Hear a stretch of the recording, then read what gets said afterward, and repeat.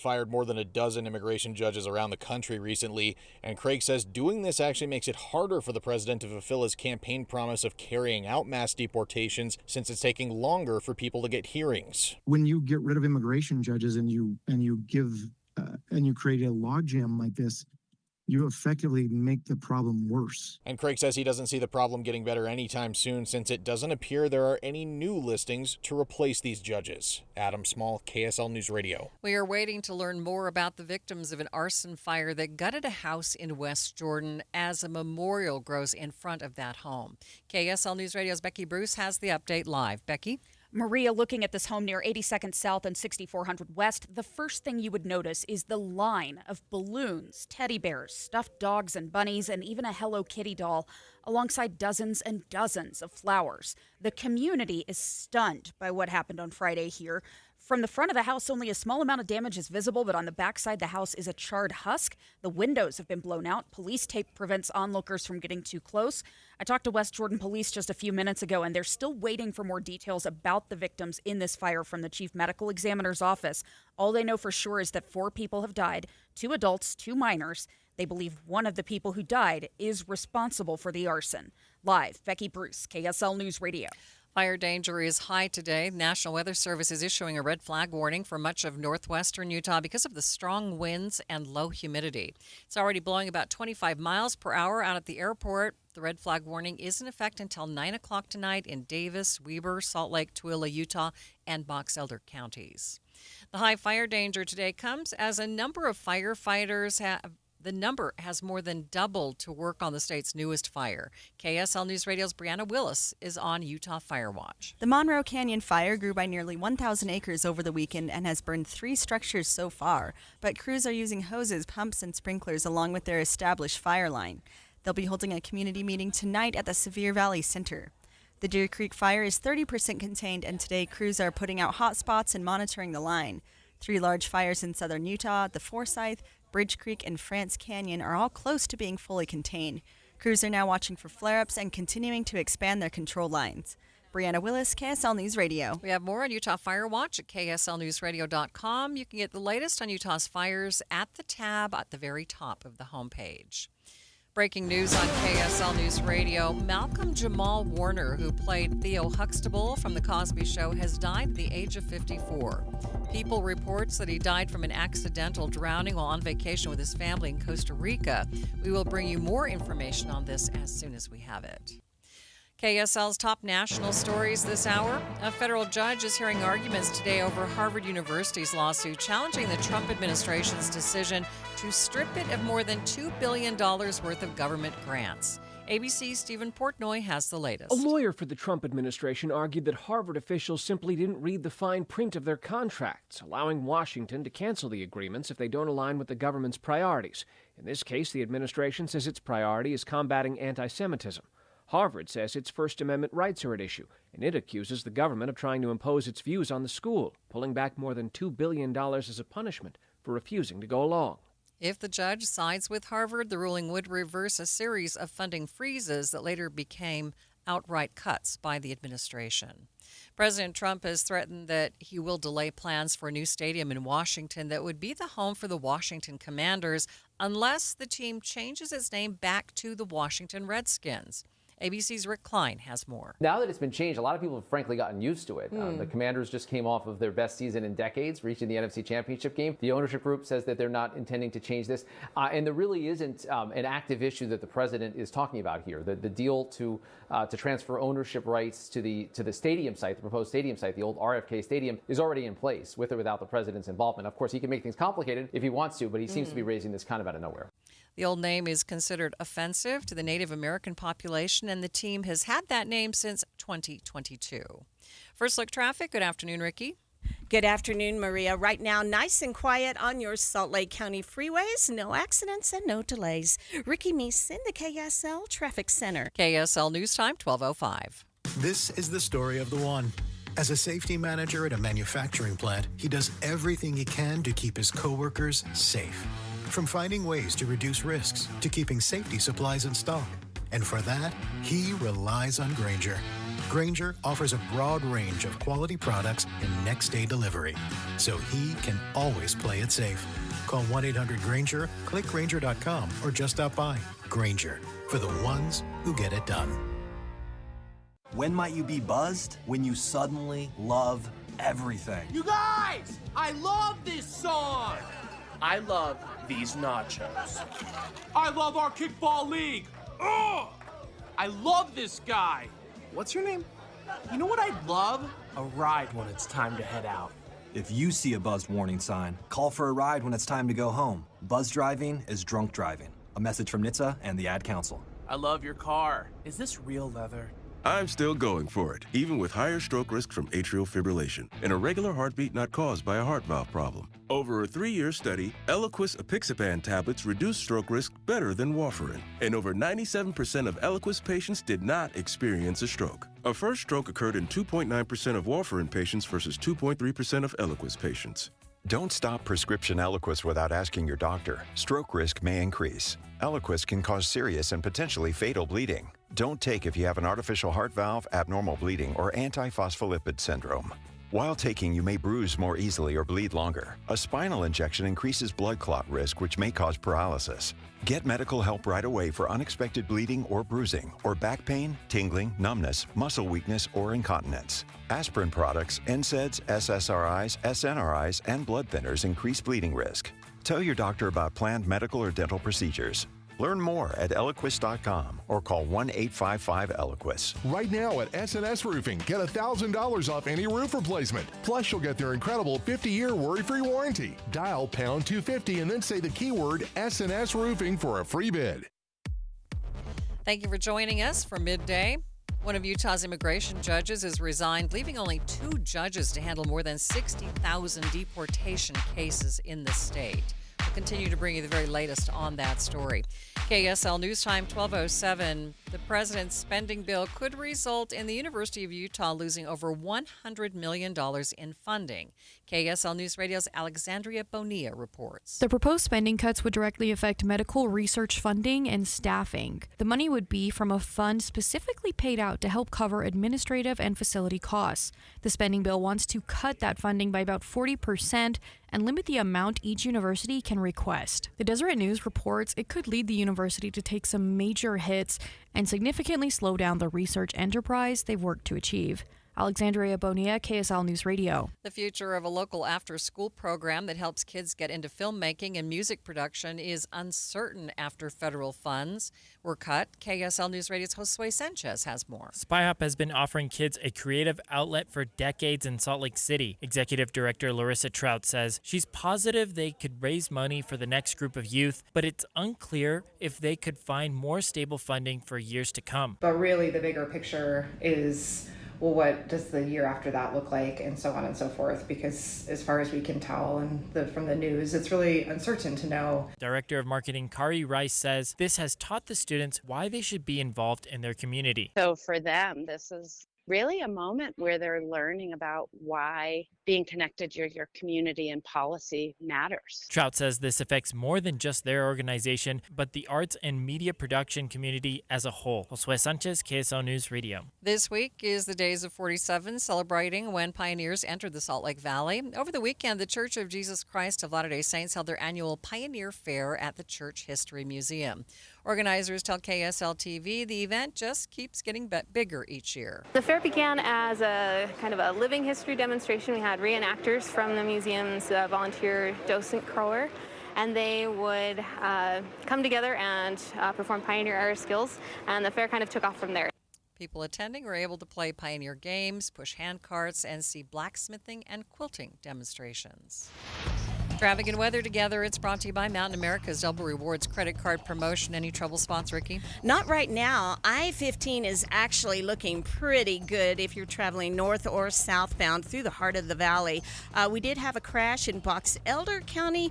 It really isn't causing too much of a problem yet. We'll keep an eye out on it on northbound I-15.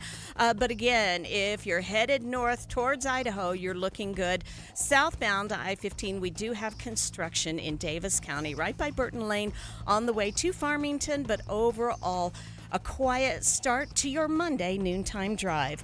While you're planning your day, plan for comfort too with the Good Feet store. Find the location nearest you at goodfeet.com. Ricky Meeson, the KSL Traffic Center. Elevated fire danger today. We've got 95 for an afternoon high, breezy out of the southwest, partly cloudy, and even an isolated chance for a pop-up storm. 74 overnight. We'll go breezy tomorrow, 93, partly cloudy. 93 and mostly sunny by Wednesday. From the KSL Weather Center, I'm Matt Johnson. And it's mostly cloudy, 88 degrees in downtown Salt Lake City. Coming up on Midday with Maria Shilaos. There's a new way for young people to get mental health services right when they need them. We'll talk to the Huntsman Health Foundation about their new walk-in program. That's coming up, streaming live at KSLNewsRadio.com and on the app for KSL News Radio. Sponsored by At Your Service Pros. They are Utah, and we are Utah's news, traffic, and weather station. Speaking of At Your Service Pros, this is a family-owned business. It has served Utah homeowners for over 20 years for all of their heating, air, plumbing, and electrical needs. And they have a nearly perfect 4.9 star rating, and I can tell you why. I called Jared from At Your Service Pros last week. I believe it was on Thursday, and I said, Jared, the air conditioning has gone out at my home. And he said, I can be there at 2:30. And I said, I'm still at work at 2:30, but he was there the next morning. He gave me an evaluation of what needed to be done and pretty much told me that this 25-year-old system has pretty much had it. But then he told me some really great information about the rebates that are available, energy rebates that are only available through the end of this year. And so, boy, I was excited to be saving some money in that way as well. You know, at Your Service Pros, they feel the driving factor behind their company's success is to put people first, helping people get healthy, stay healthy, and providing a ton of quality information to help their customers stay informed. So they have started a YouTube channel called Healthy Water and Air. And this month, they are giving away 2 free air conditioning systems, one to the winner and one to a person that they would like to give a free air conditioner to. All you need to do is go to Healthy Water and Air on YouTube, watch the video, and comment in some way. Just say hi, just to double your chances of winning. We are talking about At Your Service Pros and their new YouTube channel, Healthy Water and Air. This is the story of the one. As a lineman, he does whatever it takes to keep the power on in his community. And he wants a partner like Grainger who does the same.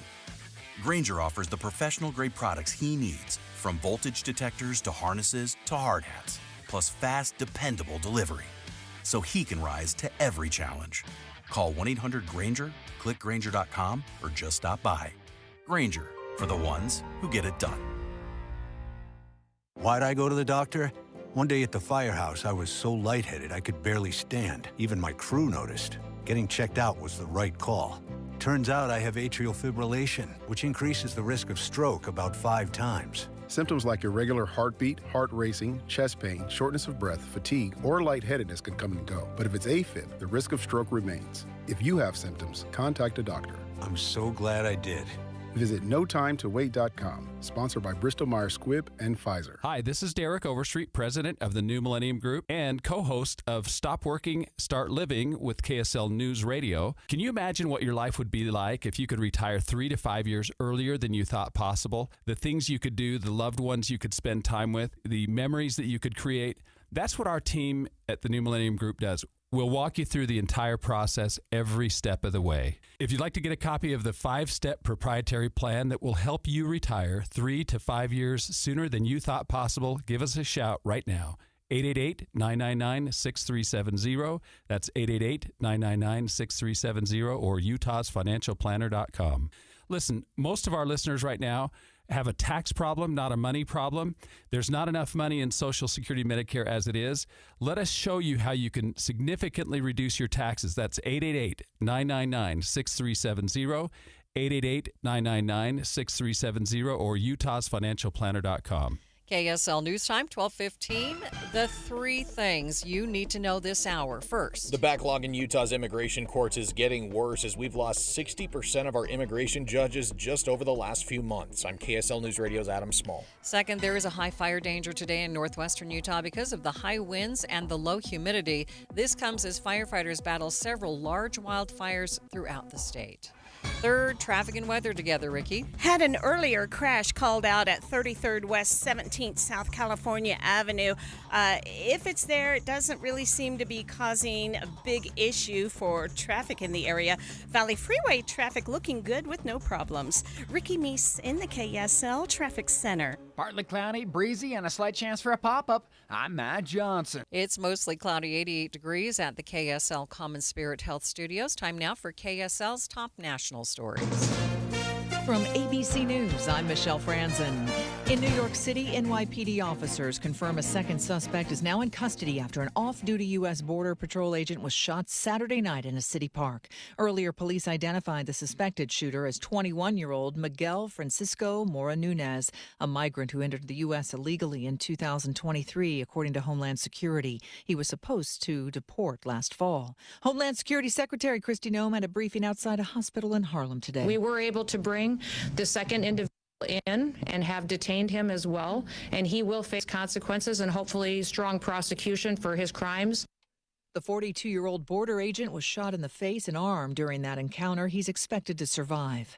A court hearing happening in Boston today in the case between Harvard University and the Trump administration. Attorneys for the Ivy League college are asking a judge for a summary judgment to unfreeze some $2.6 billion in federal funding the government alleges Harvard promoted anti-Semitism on campus.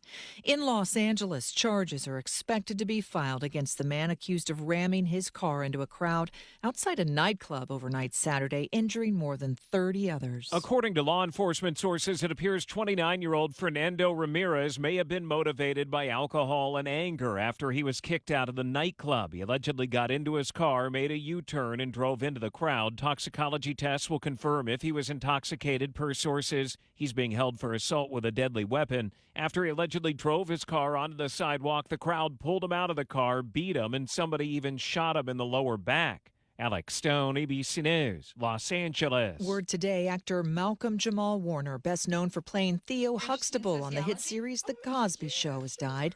Police in Costa Rica tell ABC News the 54-year-old drowned while on a family trip. Police say Warner died near Cocley's Beach and say he was caught by a high current in the water. You're listening to ABC News. Time for the KSL In-Depth. The Huntsman Mental Health Institute is hosting a community open house today at its new walk-in crisis care program for youth in Salt Lake City. Joining me now live is Miranda Bernard, the president of the Huntsman Health Foundation. Miranda, thanks for being with me. Yeah, thanks for having me. Tell us about this new program. What services are available? Well, we are really excited about it. Our new program opens on next Monday, and it's called the Huntsman Mental Health Youth Crisis Care Program.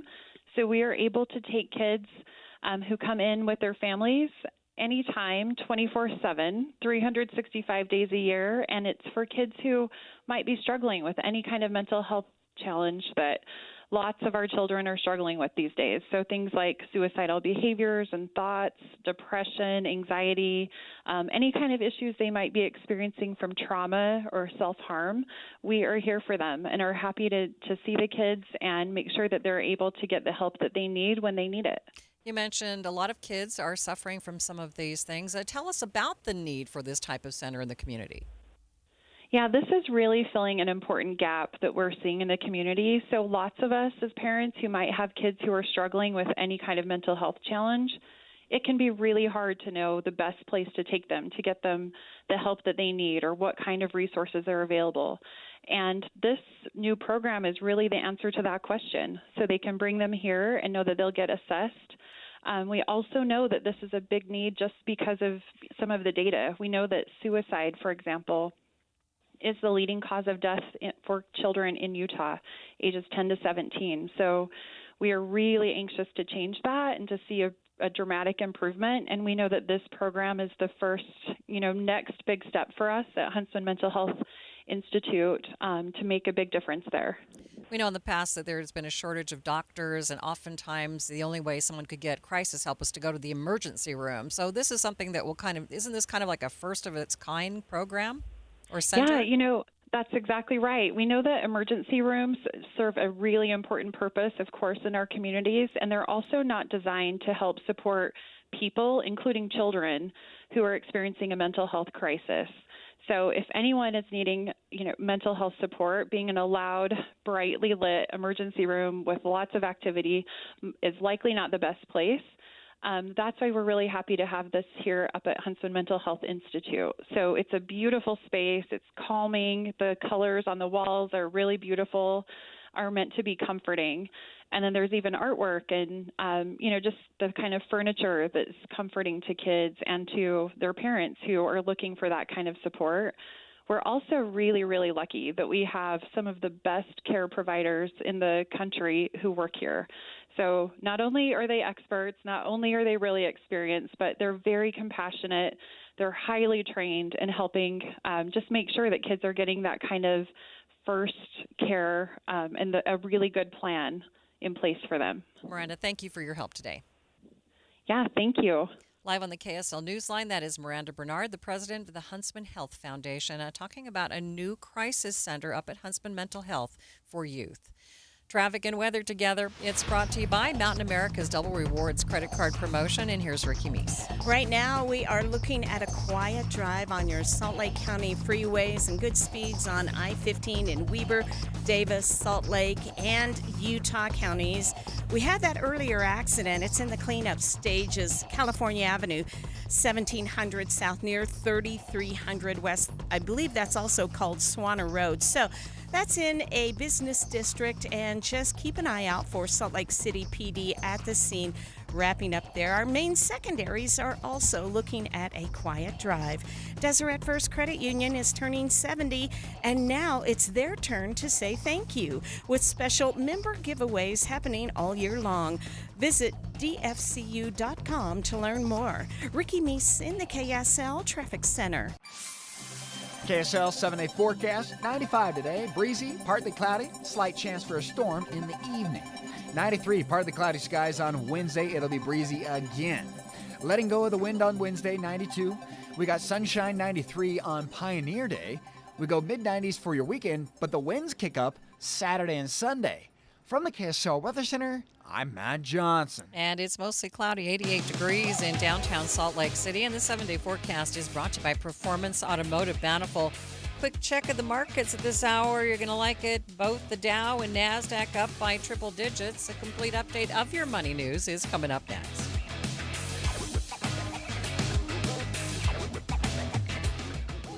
Whether you're building your $1 million dream home, giving your current home a facelift, or just trying to get it out of the minor leagues, Peach Windows and Doors brings the big league look. Modern style, energy efficiency, clean lines, tough builds, and curb appeal that hits like a home run. Not sure what you need? No sweat. Peach has the coaching staff to get your home in the game. No pressure, no gimmicks, just solid game plans and pro-level results to help you knock it out of the park. Come see for yourself big, beautiful windows that bring the outside in. Visit Peach Windows and Doors showroom, big enough to spark ideas, small enough to feel right at home. It's time to step up your game and make your house the MVP of the neighborhood. Why live in the minor leagues when you can swing like $1 million? Peach Windows and Doors, because real homes play like champions. Visit peachdoorsandwindows.com or call 801-566-1255 for your free consultation. That's Peach Windows and Doors. Give them a call, 801-566-1255. Progressive knows when you own a boat or RV, it's like you're automatically on vacation, even if you're actually a marriage counselor in the middle of couples therapy. But in your mind, you're camping in Acadia, puttering around Frenchman Bay. Your boat and RV are both protected. You're lobster drenched in butter and... Uh-oh, did your clients just notice you weren't listening? Quick, do the thing where you just repeat back exactly what they said, but as a question. They bought it. Now back to Maine, earning an automatic discount bundling your boat or RV with your home or auto. Progressive Casualty Insurance Company affiliates and other insurers. Not available in all states or situations. This is the story of the one. As a lineman, he does whatever it takes to keep the power on in his community. And he wants a partner like Grainger who does the same. Grainger offers the professional-grade products he needs, from voltage detectors to harnesses to hard hats, plus fast, dependable delivery. so he can rise to every challenge. Call 1-800-GRANGER, click Grainger.com, or just stop by. Grainger, for the ones who get it done. It's going to be a hot one before you know it, and that means now is the time to get your lawn ready with an application of Revive Organic Soil Treatment. Revive takes every drop of water deep down to the roots, where your grass can use it. Use Revive in early summer. It's the protection your lawn needs to stay lush and green during the hot temperatures coming. With Revive, watering twice a week is like watering 4 times a week. You'll save water, you'll save money. Spread it, spray it, use Revive now. It works. An emergency can happen any second. Here's a few seconds to think about where you'd go. When you need medical care fast, the closest emergency room is a smart thing to know. Common Spirit Health ERs are your direct path between feeling scared or uncomfortable and feeling better. Find emergency care in your neighborhood at mountain.commonspirit.org. KSL News Time 12:25. Alaska Airlines says a computer problem that grounded planes on Sunday night was not a cyber attack. Today, Alaska Airlines is working to get planes and crews where they need to be so everything is back on schedule. It canceled around 150 flights on Sunday night. Alaska Airlines saying it was not a cyber attack. Instead, it involved a piece of hardware at its data center that had a failure and took down its system. It says it had nothing to do with a recent cybersecurity incident at Hawaiian Airlines, which Alaska Airlines recently acquired. Alex Stone, EBC News. Watching Utah's money, inbound travel to the U.S. is showing mixed results this summer. CNBC reports visits from Canada fell 19% in the last year, dragging overall international visits down 3.4%. But more people are visiting from Mexico. That is up 12.5% from last year. Couples with double income and no kids aren't afraid to spend on their pets. A SoFi report says they spend an average of $1,900 a year, but that's just a small fraction of what parents with human children spend, which averages around $23,000 a year. Kids' content is keeping streaming services on their toes. CNBC reports is a big factor in whether customers want to keep coming back. Kids tend to rewatch shows and movies, and that contributes to major viewing for streaming services. And taking a look at your money at this moment, the Dow is up by 205 points, about 0.5%, sitting at 44,547. S&P is up by 35 points. Again, that's 0.5%. And the NASDAQ, it's up 0.75%, up 156 points. Behind the curtain of Utah and Washington politics. It seems like the federal government is now saying to the states, you have much more control of your destiny. And expanded inside sources. And so our legislature is trying to figure out what their boundaries are. Well, even like FEMA, right? Yes. Wildfire disasters. The all-new Inside Sources. If we have to pay for it all of ourselves, can we afford that as a state? Greg Skordas and Holly Richardson, now on 9 to noon on KSL News Radio. When you take your grandkids to Disney, do they know what's in your investment portfolio? Do they even care? They're busy having a great time, and you're busy making memories. At Galileo Wealth Management, we understand the nuts and bolts of retirement planning, our investments, the stock market, taxes, Social Security, Medicare, and more. But think about it. What are you trying to do here? Is your goal to beat the S&P? Or is your goal to make memories with your family? Our goal is to give you the confidence to spend in retirement without the fear of running out of money. Call Todd Kim at Galileo Wealth Management today, 801-516-3227. That's 801-516-3227, or go online to GalileoWealth.com. Let Todd Kim and Galileo Wealth Management help you make memories, not just money. Traffic and weather, it's brought to you by Mountain America's Double Rewards credit card promotion. And here's Ricky Meese. For those who are traveling any of the Valley freeways, you are good to go. Now remember, the work zone on southbound I-15 still in place for Davis County drivers going from Kaysville to Farmington, right about Burton Lane, and slow speeds are always possible there, but all of your Salt Lake County freeways are nice and quiet at this time. Ricky Meese in the KSL Traffic Center. Calling for partly cloudy skies today with a PM storm possible. 95 the high, breezy out of the south. 74 overnight, breezy tomorrow afternoon again, partly cloudy skies. From the KSL Weather Center, I'm Matt Johnson. Right now in downtown Salt Lake City, mostly cloudy skies. It's pretty breezy and 90 degrees. In Ogden, it's 89. St. George at this hour, pretty much the same as us at 90 degrees. You're listening to Midday with Maria Shilaos on KSL News Radio, 102.7 FM and 1160 AM. Good afternoon. KSL News Time 1230. KSL's top story this hour. Former BYU quarterback Jake Retzloff looks to be heading to New Orleans to finish out his college career. KSL News Radio's Randall Jepson has more. ESPN was first to report that Jake Retzloff has verbally committed to the Tulane Green Wave and will join the team as a walk-on. They also report that Tulane spent over a week vetting the civil lawsuit against Retzloff, accusing him of sexual assault that has since been dismissed. Retzloff was previously recruited by Tulane's current head coach, and Jake is familiar with several of the coaches on the staff. Retzloff withdrew from BYU on July 11th. He was facing a reported 7-game suspension. Randall Jepson, KSL News Radio. KSL's BYU insider Mitch Harper says Retzloff has a lot of work ahead of him, trying to win a starting spot without a lot of time before the season to start. It's impressive that Jake Retzloff was able to land at a team because a lot of programs are going to begin training camp practices in about a week. BYU, for example, is going to start practice on July 30th. Tulane's going to have a similar time frame. So for Jake Retzloff to end up at Tulane, find a landing spot, and have a chance to play in 2025, I think that's a big victory for him. Mitch says Retzloff hasn't made any official comment yet on the transfer. Tulane has been trying to find a starting quarterback since their QB transferred during the winter. We will talk more with Mitch about this coming up at 12:45. KSL's top national stories. There's a bipartisan measure on Capitol Hill to try and force the release of more of the Epstein files.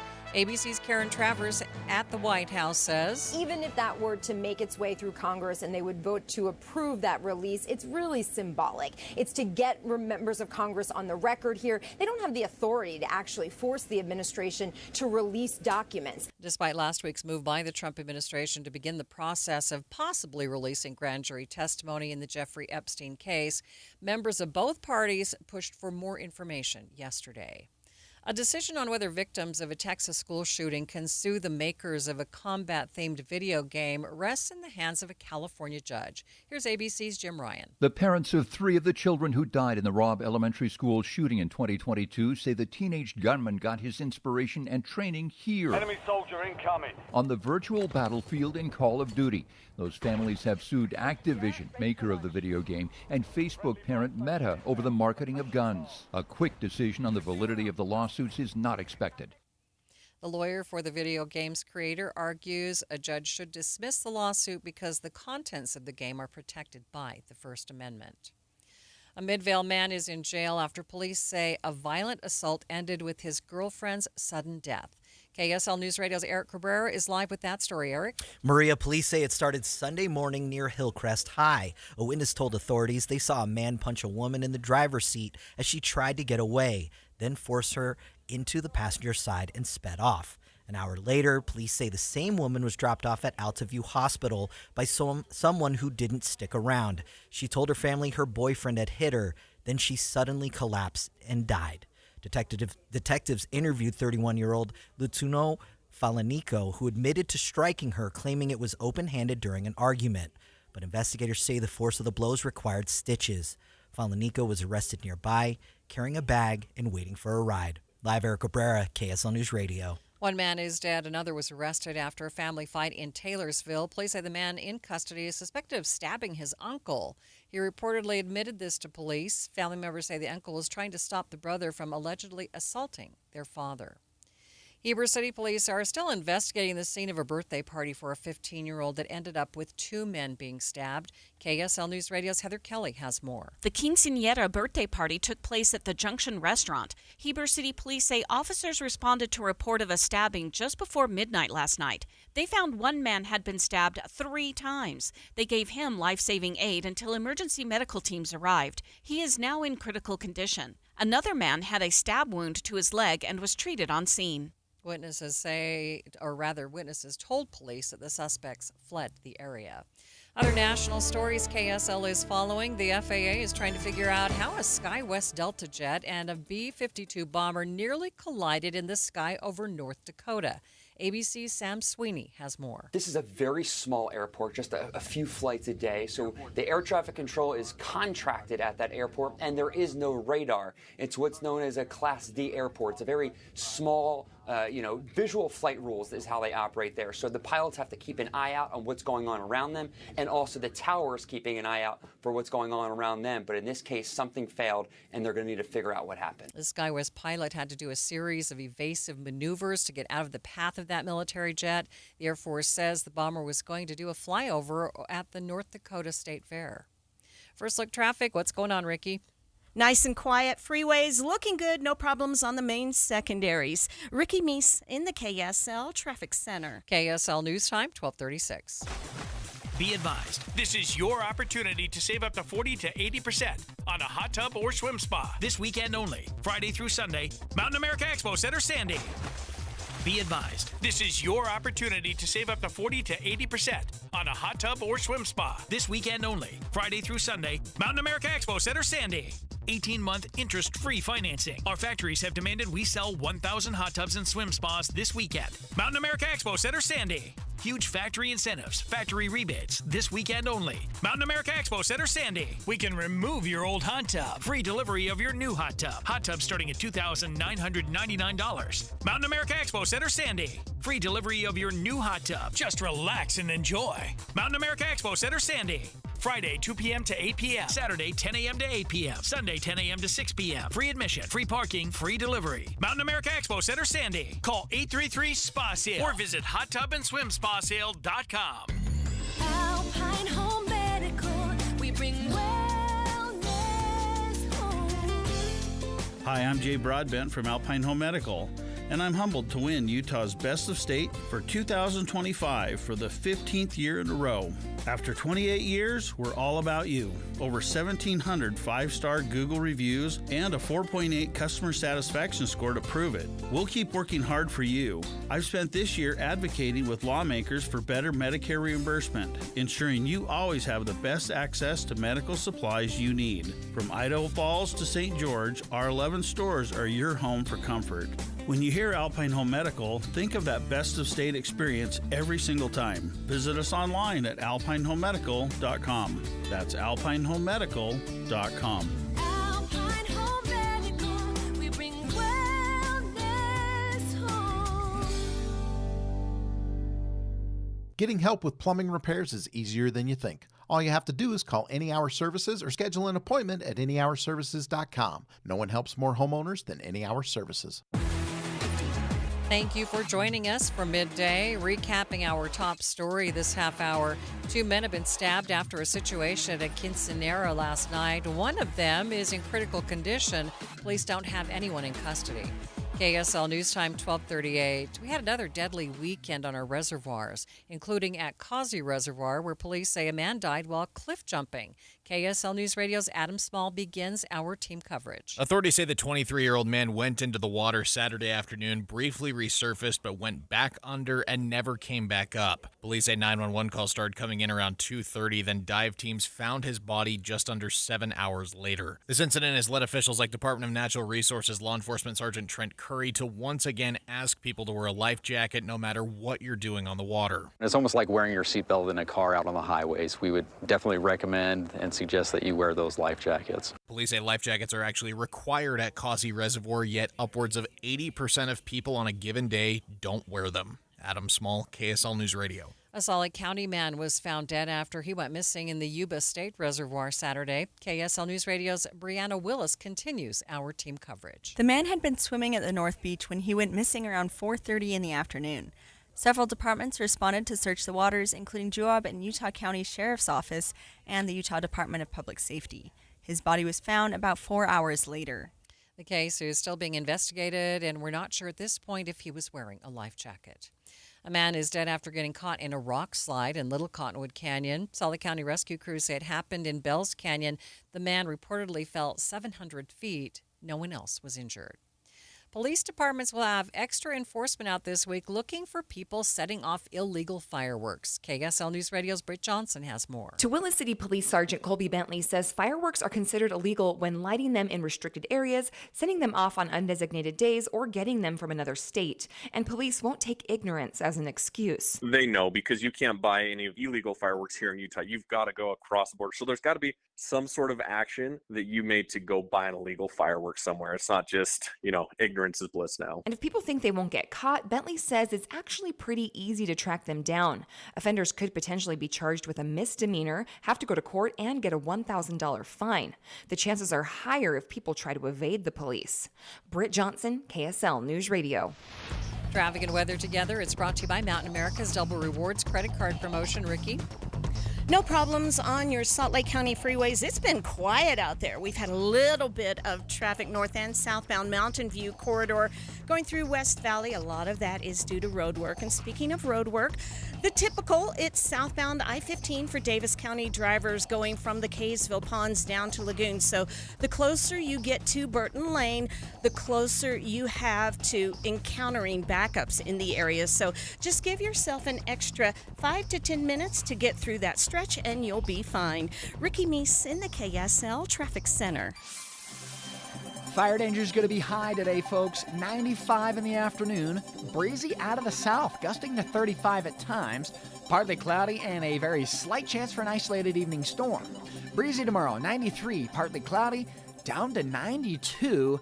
Mostly sunny skies on Wednesday. From the KSL Weather Center, I'm Matt Johnson. And it is cloudy and breezy in downtown Salt Lake City, but those clouds not doing much to cool things down. It's 90 degrees. Coming up on Midday, former BYU quarterback Jake Retzlaff is headed in a new direction after all of the controversy surrounding a now-dropped civil lawsuit. We'll talk to KSL's BYU insider Mitch Harper about what's next for the QB. That's next, streaming live at KSLNewsRadio.com and on the app for KSL News Radio. We are Utah's news, traffic, and weather station. Amanda, we love talking about Utah Community Credit Union, and guess what? They just got news that they saved their members over $40 million in 2024 alone. And UCCU is opening 4 new branches in the Salt Lake Valley, which means 6 total now. They have 21st South, Taylorsville, Sandy, Magna, Harriman, and Draper. And to celebrate these new branches, UCCU is offering some amazing opportunities. First of all, $150 cash just for setting up direct deposit with your UCCU account. They'll give you up to $250 cash just for transferring any existing loan from another institution to UCCU. And here's the big one, giving away 10 amazing prizes, including, get this, a brand new 2025 Jeep Wrangler. So you heard that right. A brand new Jeep Wrangler could be yours, and no purchase is necessary. You don't even have to be a member. Anyone can enter. It's easy. All you've got to do is go to uccu.com and sign up. So enter to win today. UCCU.com. Find out more about Utah Community Credit Union, where you're going to love where you bank. Do you know the secret to losing up to 1 pound of fat every day? At Salt Lake City Fat Loss, we know the secret. Our doctor-developed, easy-to-follow weight loss program helps you lose weight fast, naturally, and safely with no drugs or injections. No prepackaged meals, bars, shakes, or exercising required. Our program helps reset your metabolism so you can lose weight quickly and keep the weight off for good with an easy-to-follow maintenance plan that includes ongoing personal support. And our program costs half as much and works up to twice as fast than most other programs. Go to slcfatloss.com to schedule your free consultation now. I'm Maria Shilaos. Make your health a priority this summer and look your best. I've lost 40 pounds with the help of Salt Lake City Fat Loss. Lose the excuses and the weight like I did now at slcfatloss.com. Many clients lose 20 to 30 pounds in about a month or two. That's up to a pound per day. Schedule your free consultation now at slcfatloss.com. That's slcfatloss.com. Results may vary. Well, here we are. It's officially moving season, a time filled with hours of packing, unpacking, and so much bubble wrap. But the first thing you should do when moving into your new home is make sure that the Wi-Fi is booming with Xfinity. It's super quick and easy to set up. Then Boom! You'll have your new home hooked up with the ultimate Wi-Fi experience faster than the time it takes to parallel park a moving truck. Then you'll be back online with the most reliable Wi-Fi with the best-in-class equipment from Xfinity, so you can just kick back, relax, and stream your favorite movies and TV shows while somebody else deals with those boxes. Because with Xfinity, the only thing you'll have to worry about is remembering where you packed the remote. Make the right and easy move with Xfinity. Learn more at xfinity.com/move. Restrictions apply. Not available in all areas. Most reliable Wi-Fi claim based on Open Signal Awards USA Fixed Broadband Experience Report August 2024. Go to xfinity.com/move. KSL News Time, 1245. The three things you need to know this hour. First, firefighters have been hard at work over the weekend to contain the state's wildfires. Several of them have been burning for over a month. I'm KSL News Radio's Brianna Willis. Second, a Midvale man is in jail after reportedly hitting his girlfriend, which police believe caused her death. Third, traffic and weather together, Ricky. A nice and quiet Monday noontime drive. No accidents, no delays on your Valley freeways. We have had a crash near Weber Canyon, westbound SR 39, close to Wall Avenue.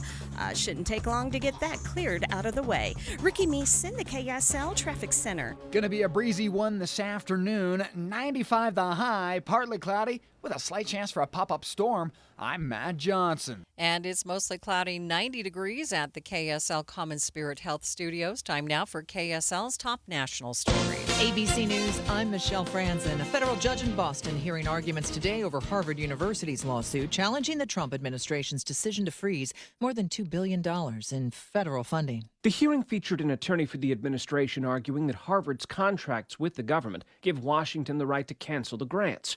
But Judge Allison Burroughs pushed back, saying the Constitution puts limits on the government's actions. Harvard says its First Amendment rights have been violated in the canceling of more than $2 billion in grants. The administration says the school has become a hotbed for anti-Semitism. It's a charge the university forcefully denies. ABC's Stephen Portnoy, the man convicted of kidnapping and murdering Eitan Potts in 1979, has been granted a new trial. Federal appeals court today ruling that the jury received a flawed instruction from the judge about Pedro Hernandez's purported confessions. Potts was 6 at the time. His face became the first to be printed on a milk carton as a missing child. And stocks are up in afternoon trading. This is ABC News. Time now for the KSL In-Depth. Former BYU quarterback Jake Retzloff is announcing the next step in his college career. It comes after a now-dropped civil lawsuit that would have meant being suspended for most of BYU's season. Joining me now live is KSL's BYU insider Mitch Harper. Mitch, thanks for being with me. You bet. Happy to be on. Tell us about this big announcement. So Jake Retzloff is going to be continuing his football career at Tulane University down in New Orleans. So Jake Retzloff is he found a landing spot, and it's difficult timing because training camps are going to begin next week for programs across the country, including BYU. And Jake Retzloff joins a football team that has a pressing need for a quarterback. He might have a chance to actually be the top QB for this Tulane Green Wave team that's coming off a 9-5 season a year ago. So what does this mean for his future? I mean, this is a good move, right? It is. And, ideally, he would have probably loved to still been the BYU quarterback. But I think when you consider where this was 2 months ago today, on May 21st, when that civil lawsuit was filed alleging sexual assault against Jake Retzloff and everything that's transpired since, this was probably the best outcome because Jake was going to be facing an honor code violation at BYU for publicly admitting in his response to those allegations in that civil lawsuit that he, had what he deemed consensual relations. So that violates BYU's honor code. So he was going to face a suspension at BYU. Now he's got the chance to go play football at Tulane from week 1 and have this whole year to go compete and have a chance to play. And for BYU, they don't have to continue to answer questions about Jake Retzloff's status, what's his status with the team. It's kind of I think everyone would have loved to seen him have one more year at BYU, but when this lawsuit came about, and now it's since been dismissed with prejudice, I think this probably was the best outcome for everyone involved. Mitch, what's next for BYU? BYU's now going to, get ready for fall camp opening up on July 30th, so 9 days from now. They'll open up Well, they'll have players report to camp 8 days from now on July 29th, and it's going to be 3 quarterbacks battling for the job. You've got returning players in McKay Hillstead, who's a former Utah State transfer, Trayson Bourget, a former Western Michigan transfer, and then a true freshman who just joined the program late May, Bear Bachmeyer, former Stanford Cardinal transfer. He's a true freshman.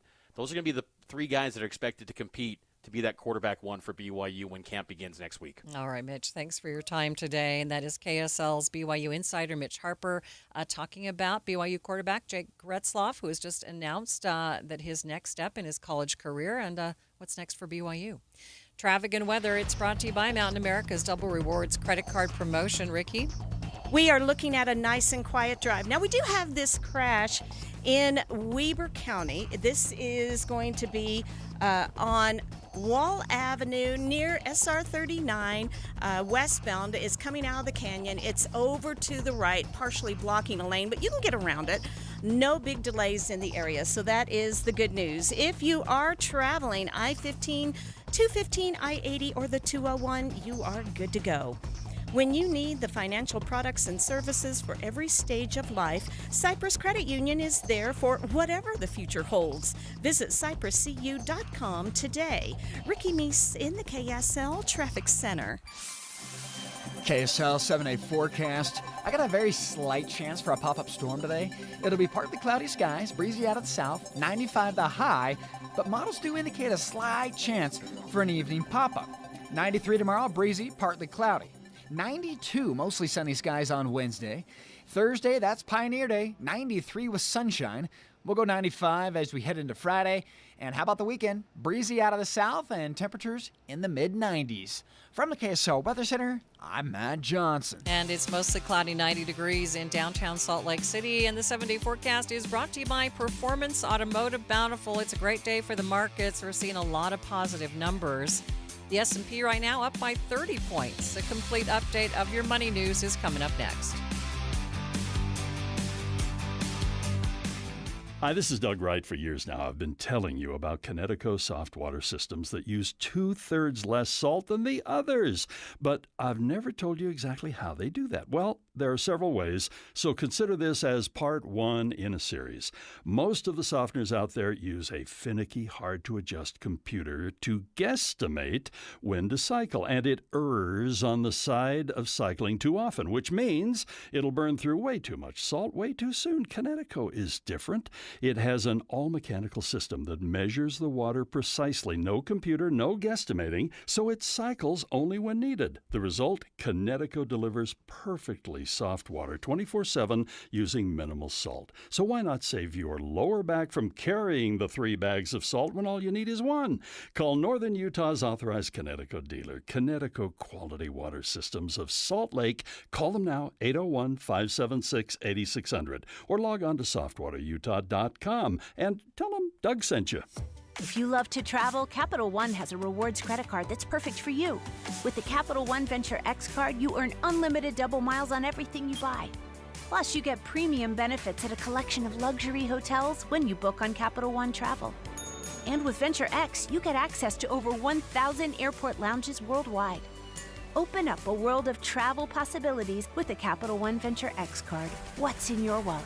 Terms apply. Lounge access is subject to change. See CapitalOne.com for details. ZipRecruiter is the place. ZipRecruiter is the place for talented teachers, savvy software developers, and master mixologists. ZipRecruiter is the place where you meet all these people and more. That's because ZipRecruiter is the place for job seekers who are looking for new opportunities. In fact, ZipRecruiter helps 10 million people with their job search every day, so you can find the right candidates right away. Try ZipRecruiter for free at ZipRecruiter.com/free. That's ZipRecruiter.com/free. KSL News Time 12:54. Beef prices are spiking in the U.S., but local experts say ramping up production is not that easy. KSL News Radio's Alexandria Bonilla has more. It requires a lot of time and a lot of feed. Jacob Schmidt with the Utah Cattlemen's Association and Utah Beef Council says it takes about 2 years before a cow can hit the market. The cattle market is kind of all tied together through the Midwest and Texas and California. And so when there are droughts or issues with weather, There's not enough feed to provide for cattle to grow a herd. Drought is a big contributor to the declining herd population here in Utah. Schmidt says most ranchers in the state sell their calves to areas that have more feed rather than raise them here. Alexandria Bonilla, KSL News Radio. Watching Utah's money, more couples are willing to go into debt for their pet. A new Insurify survey says 68% of respondents made sacrifices for their pets, like taking on a second job, stopping saving contributions, and even skipping medical appointments for themselves. President Trump's news that Coca-Cola will be switching to cane sugar to sweeten drinks is drawing some concern. Wall Street Journal says it means the U.S. will have to take a good look at the sugar deficit. America consumes 12.5 million tons of sugar a year, but only produces 4 million tons. It's nearly autumn again, at least at Starbucks. They've announced the launch date of their pumpkin spice latte already. It'll return to stores on August 26th. And taking a look at your money at this moment, the Dow is up by 164 points, sitting at 44,508. S&P is up by 30 points, and the NASDAQ is up by 132 points. Local advocates for seniors want them to know that there are options when it's time to hang up the keys. KSL News Radio's Michelle Rowe has the story. Several recent crashes highlight the problem, including one involving a senior driver who crashed into an American Fork barbershop last month. According to the CDC, nationally 25 drivers each day over the age of 70 are killed in crashes, and another 740 are injured. Some of the services that we can offer to help an older person stay independent are things like a Ride for Wellness program, which can help someone get a ride to and from medical appointments. Communications manager for Salt Lake County Aging and Adult Services, Afton January, also says if you have concerns about an aging parent, it's worth having that difficult conversation about limiting or stopping driving. Michelle Rowe, KSL News Radio.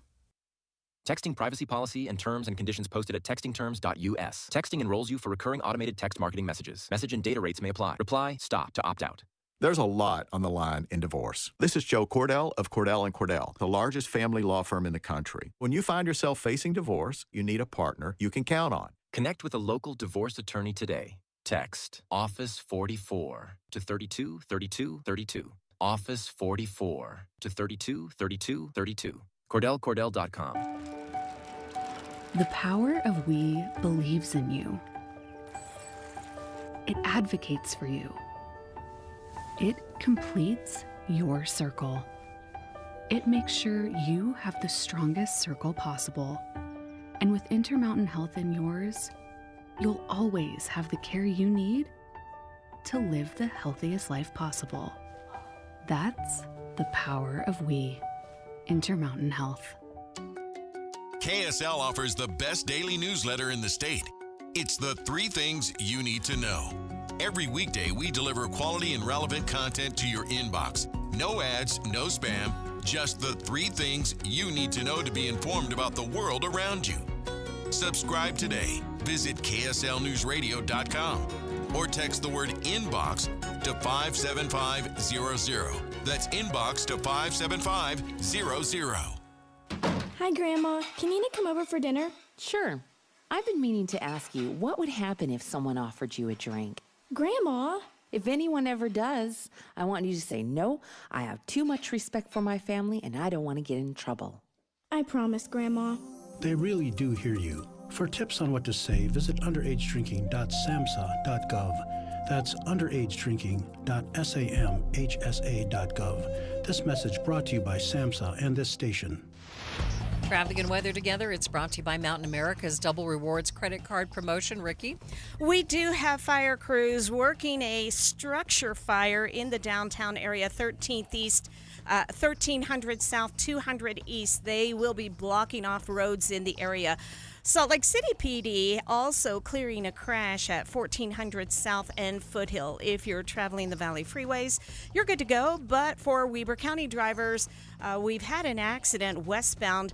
This is at 12th Street and Wall Avenue on SR 39. It's in the final cleanup stages going westbound. UTA is road therapy.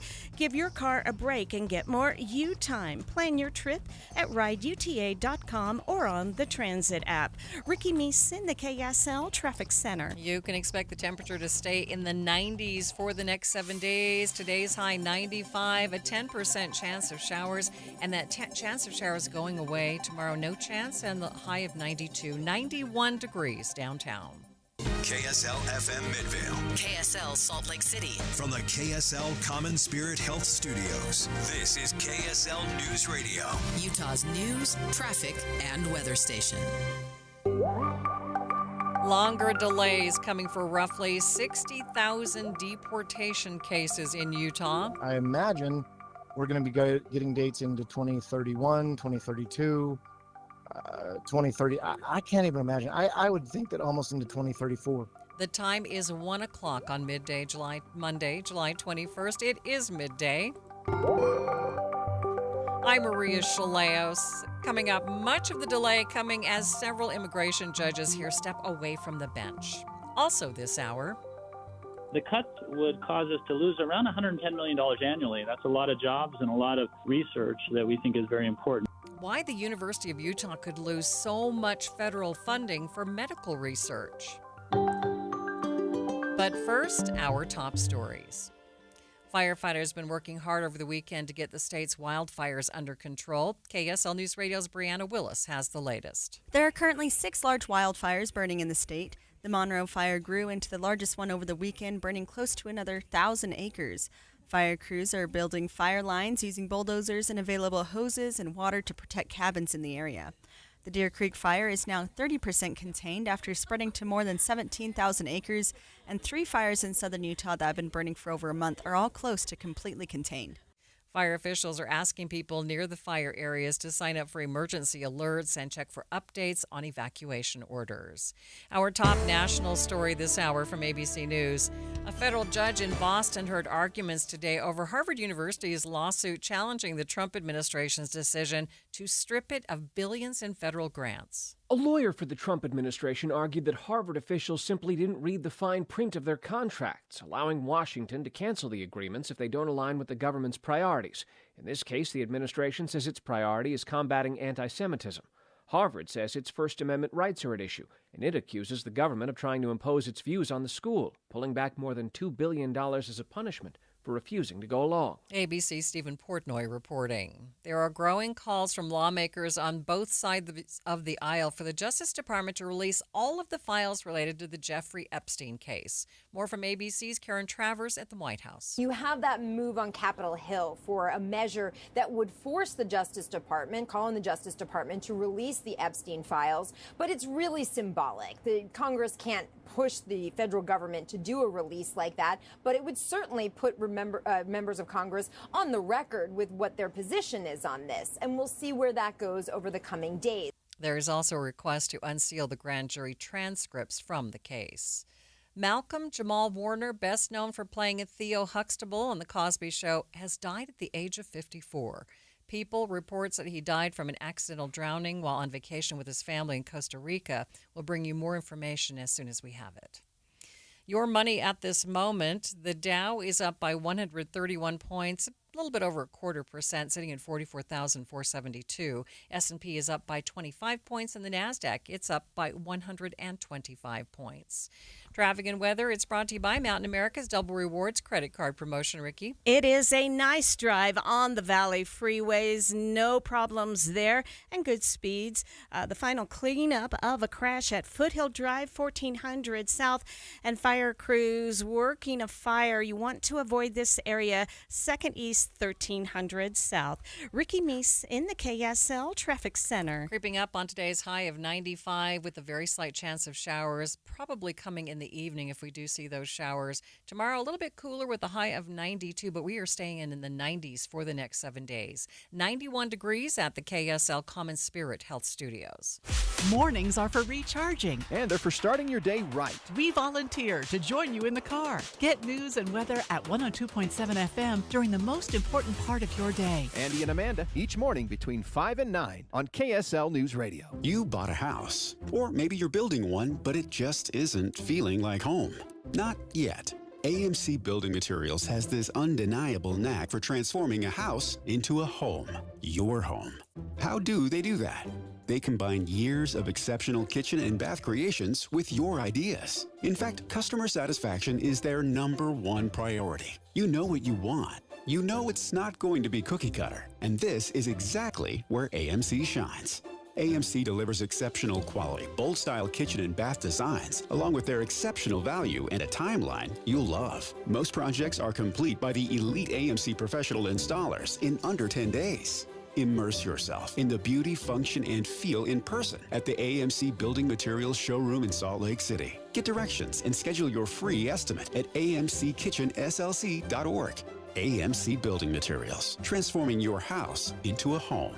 amckitchenslc.org. Are you having trouble hearing? Hearing loss can devastate the quality of your life. Now, there's an affordable fix for you or your loved one. Rated the best hearing aids of 2025 by Forbes Health, Audion Hearing has the highest quality hearing aids at the lowest prices, starting at just $98 a pair. I actually like them better than my old $5,000 hearing aid. I could not believe how my hearing and life changed. Join over 1 million happy customers by going to audionhearing.com. That's AUDIEN hearing.com. What was that? That is business phone bliss with the Ooma Cloud phone system. It handles all our voice, video, and messaging needs. You sound very calm. I am. Ooma has everything I need to run my business more efficiently, like virtual receptionist, call routing, and video conferencing. And it starts at just $19.95 per month per user, plus taxes and fees. Ooma. Nice. Find your business calm at ooma.com/radio. Utah has lost 60% of its immigration judges in a matter of months, and attorneys say it's causing a huge backlog of people who are having to wait even longer to see a judge. Thanks for tuning into Midday. I'm Maria Shilaos. KSL News Radio's Adam Small has more. Chaos is a perfect definitional word for what we have going on right now. Local immigration attorney Adam Craig tells me we've lost 3 of the state's 5 immigration judges in just the last 5 months. One of them months ago took the offered buyout for federal workers, another was fired, and another just resigned. Now Craig says our 2 remaining immigration judges are having to handle more than 60,000 deportation cases in our state between the 2 of them. I imagine we're going to be getting dates into 2031, 2032. 2030. I can't even imagine. I would think that almost into 2034. President Trump's administration's fired more than a dozen immigration judges around the country recently, and Craig says doing this actually makes it harder for the president to fulfill his campaign promise of carrying out mass deportations, since it's taking longer for people to get hearings. When they were allowed to come into the country, they were told, you are in deportation proceedings. You will be placed in an immigration court proceeding, and you must apply for asylum, and then you're going to have the opportunity to present that challenge to staying here or present that application. When you get rid of immigration judges and you create a logjam like this, you effectively make the problem worse. You don't, for somebody that's so focused on mass deportations, this is the exact opposite, because deportations do not result in circumstances like this. A logjam results, and then you have people that are waiting and waiting and waiting and waiting. And Craig says he doesn't see the problem getting better anytime soon, since it doesn't appear there are any new listings to replace these judges. Adam Small, KSL News Radio. This afternoon, a memorial continues to grow in front of a now charred home in West Jordan after 4 people died in a fire on Friday. Officials now investigating the incident as an arson. KSL News Radio Becky Bruce joins us now for a live update. Becky, what's happening at that home? Yeah, I drove past this morning because I wanted to see what the community reaction was today, now that we know just a little bit more about what's going on. And the memorial in front of the home is just heartrending. There are balloons. There are dozens and dozens of roses. In fact, one bouquet I spotted was white roses that looked like maybe there were at least 50 flowers in it. And then all of these stuffed animals, Maria. There were teddy bears, there's a stuffed rabbit, there's stuffed dogs, and a Hello Kitty doll. There's all kinds of stuffed animals there, and I think that speaks to that 2 of these victims were at least minors. We don't know how old exactly, but the neighborhood is clearly affected. The crazy thing here is on the front of the house, if you didn't know that there had been some kind of a blast there, you'd be wondering, why is there a memorial here? What's that all about? You go around to the back side of the house, which faces kind of a main road, and the windows have been blown out, the doors have been blown out, there's plywood everywhere, there's char marks everywhere, and it's a completely different story. So obviously quite a violent situation there. We know that there were 4 victims total. We know that 2 of them were adults, 2 of them were children, a man, a woman, a boy, and a girl. And we think that police tell us that one of the people that died in the fire likely was the person who started it. Okay, so but it did result in sort of an explosion. Yeah, I mean, the way that the windows appear to have blasted out of the back, and neighbors did tell us that that's what it sounded like to them. Are we going to learn any more about this today? Do we have any information that we're going to get some new information today? We probably won't get any new information today. So I spoke with a police sergeant in West Jordan, and I can tell you they're devastated, by the way. They really are struggling with processing this particular crime scene. But he said that basically they're waiting on the medical examiner's office. They need identification on the victims, and that could take days or weeks. All right. Thank you, Becky. In other news, former BYU quarterback Jake Retzloff is headed to play for the Tulane Green Wave. KSL News Radio's Randall Jepson spoke to BYU insider Mitch Harper with KSL Sports about this change and what it means for Retzloff. It's impressive that Jake Retzloff was able to land at a team because a lot of programs are going to begin training camp practices in about a week. BYU, for example, is going to start practice on July 30th. Tulane's going to have a similar time frame. So for Jake Retzloff to end up at Tulane, find a landing spot, and have a chance to play in 2025, I think that's a big victory for him. Mitch says Retzloff hasn't said anything quite yet. This is all coming from Tulane. There has been no official comment from Jake Retzloff yet on this. This has all been reports about Tulane. Now, Tulane's a program that has been in the market for quarterbacks. They lost their star quarterback to the transfer portal this past winter to Duke. They've added a handful of transfers. So they have been heavily involved with the transfer portal and trying to find a quarterback, and Jake Retzloff's probably the most decorated guy. But as far as being matriculated into school, enrolled, that yet has not become official yet on Jake's end. What does this mean for BYU season? Mitch says we are in a kind of waiting game until football camp begins. BYU issued a comment wishing Jake the best when he officially announced that he was withdrawn from the university. It's going to be a big storyline to open up fall camp for BYU, which is next week. Coaches are currently on vacation at the moment, but definitely going to command a lot of conversation to open up camp because BYU has really danced around directly addressing Jake. They've kind of said, we'll let him issue any sort of comments. But now that it's all out there and BYU is moving forward, Jake's moving forward, we'll get more answers from them really when camp begins. And BYU is going to have to answer questions itself as to finding its own quarterback, as they've got 3 guys that will be contending for that starting job to open up fall camp. With Retzloff moving to Tulane, is he a shoo-in to lead the team? Mitch says he's going to have some competition. There's got to be an opportunity to, compete for that job. As I noted, with this Tulane quarterback unit, it's a bunch of transfers, and no one's really got the weight of that program on their shoulders. Jake could step in and maybe be the guy. It's hard to imagine that a quarterback could take over a team 2 weeks before camp begins, but who would have thought that we'd be seeing a world where players are becoming millionaires from college football? This sport has completely changed on its head, and Jake Retzloff's going to have a chance, I would imagine, to compete and win that job. And look, he shocked everyone emerging as the BYU starter when he was an unknown JUCO quarterback prospect couple seasons ago, and he emerged as the face of the program and led BYU to an 11-2 season. He'll look to try to kind of defy the odds by going to Tulane and trying to win that job and on such short notice. You'll recall that Retzloff had been the target of a civil lawsuit accusing him of sexual assault, which has since been dismissed. Mitch says that history might follow him to Tulane.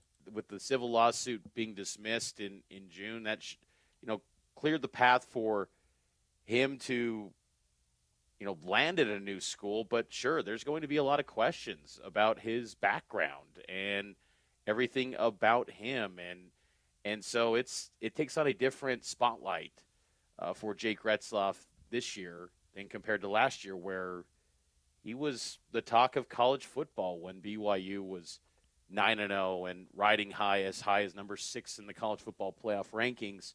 This will be a lot different tone for him and probably difficult questions that he'll have to face and see if he'll tackle them head on.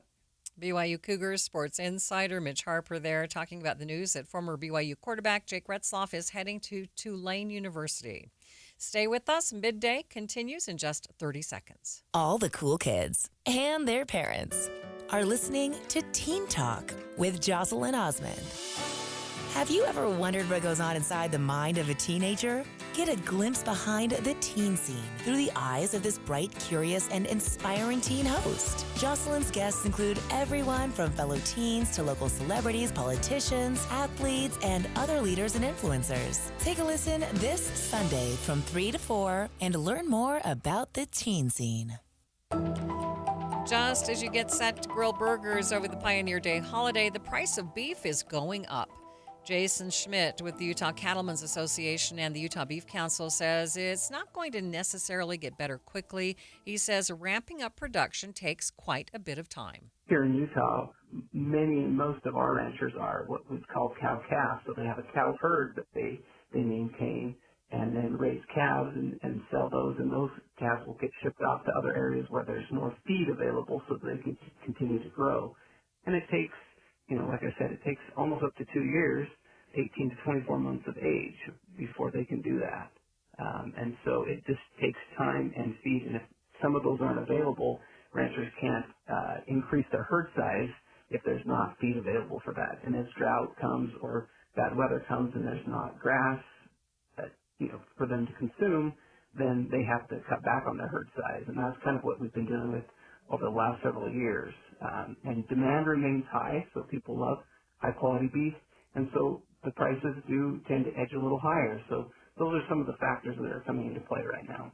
Drought is a big contributor to the declining herd population here in Utah. Schmidt says most ranchers in the state sell their calves to areas that have more feed rather than raise them here. So when we don't get the rain that we need through the Midwest and Texas and California and those places, that's where a lot of the cattle that we're raising for food that's where they're going to be backgrounded essentially.